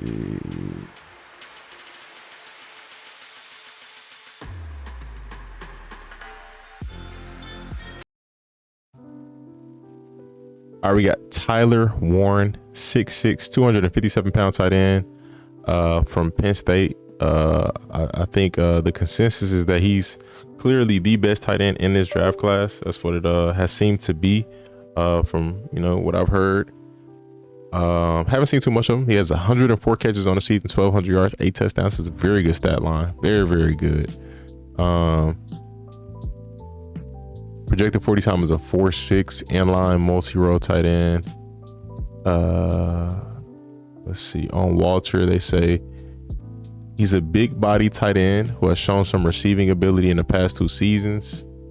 The previous season, he had 422. He's 6'6". He has size to be a blocking tight end. So Y is blocking, F is receiving.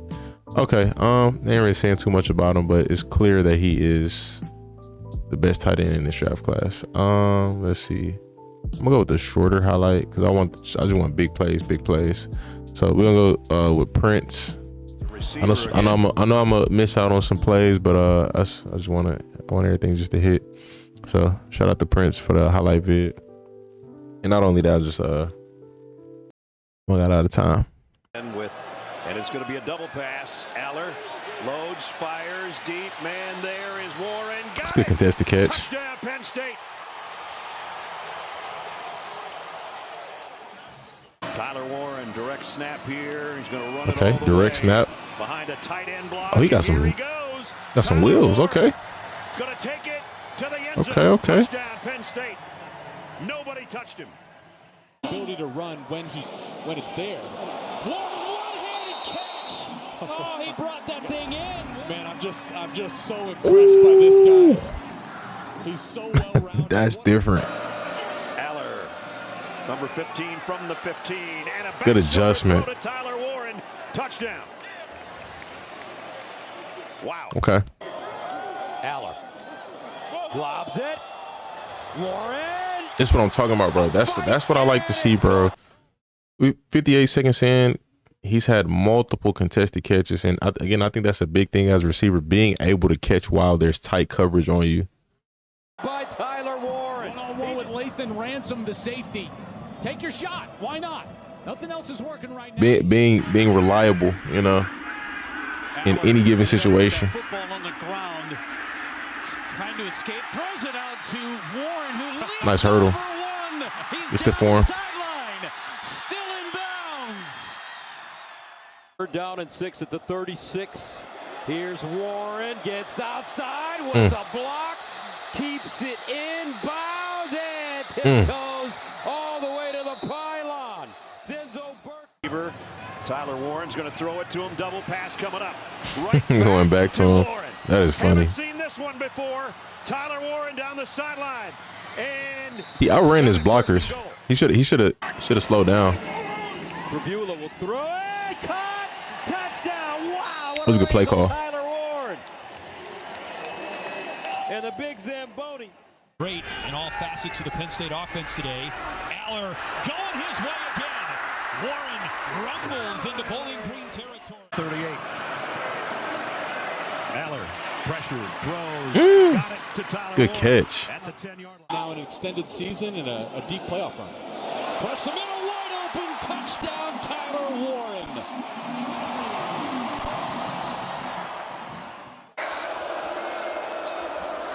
Aller lobs it.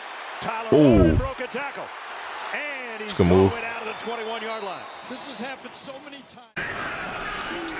Aller looking for Warren.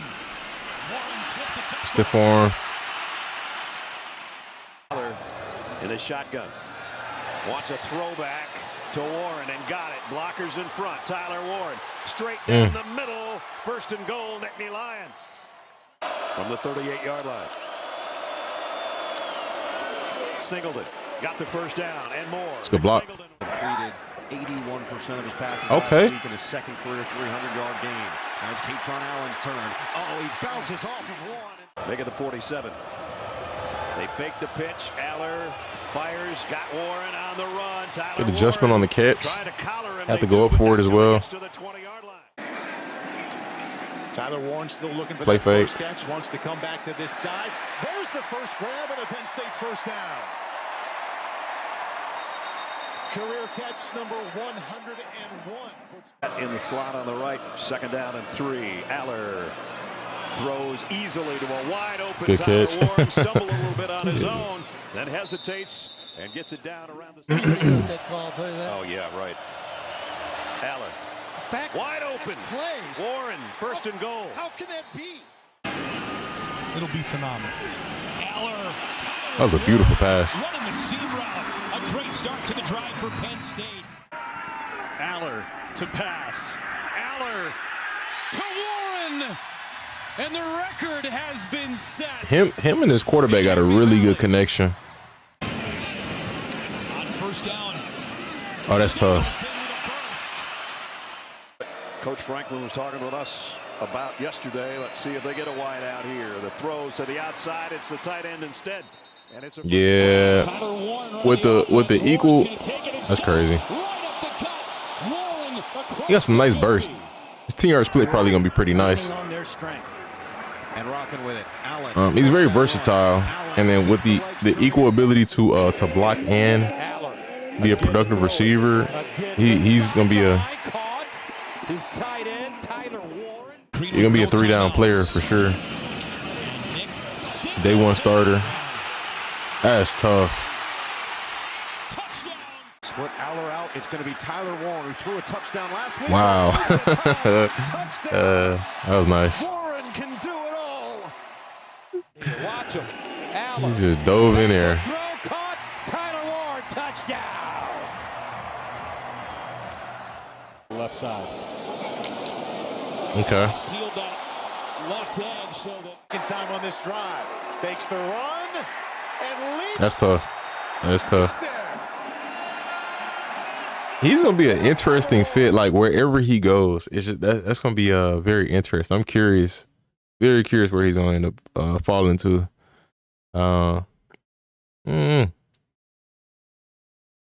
Is there any teams in the top 10, top 15 that could use a tight end? Broncos got to take him. That'd be a good fit. Give Bo Nix a weapon like that. Oh man, that'd be a good fit. Well, that's that, man. All the tight ends. Y'all let me know your thoughts in the comment section. I would rank them. I'm not gonna lie. Conyers, I know he's not ranked, not high at all. Good. Fannin, this guy, very good, very, very good. I know he's ranked top 3, so he's easy, but his run after the catches is the best out of all the tight ends. Arroyo, a lot of potential. Lot of potential. Who's another a guy who wasn't really ranked that I liked? I can't think off the top of the head. I think Conyers was one of the bigger ones. Fidone, that's another one. He's nice. That again, who wasn't ranked high at all. Simon is an interesting prospect. I feel like he got a lot of potential.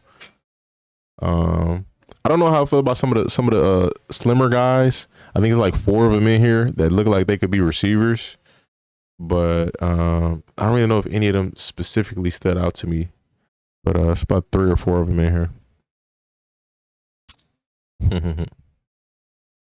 But all right, man. Y'all let me know your thoughts in the comment section. Appreciate y'all for watching. Hit the like button on the video. Subscribe. Stay tuned. And stay blessed.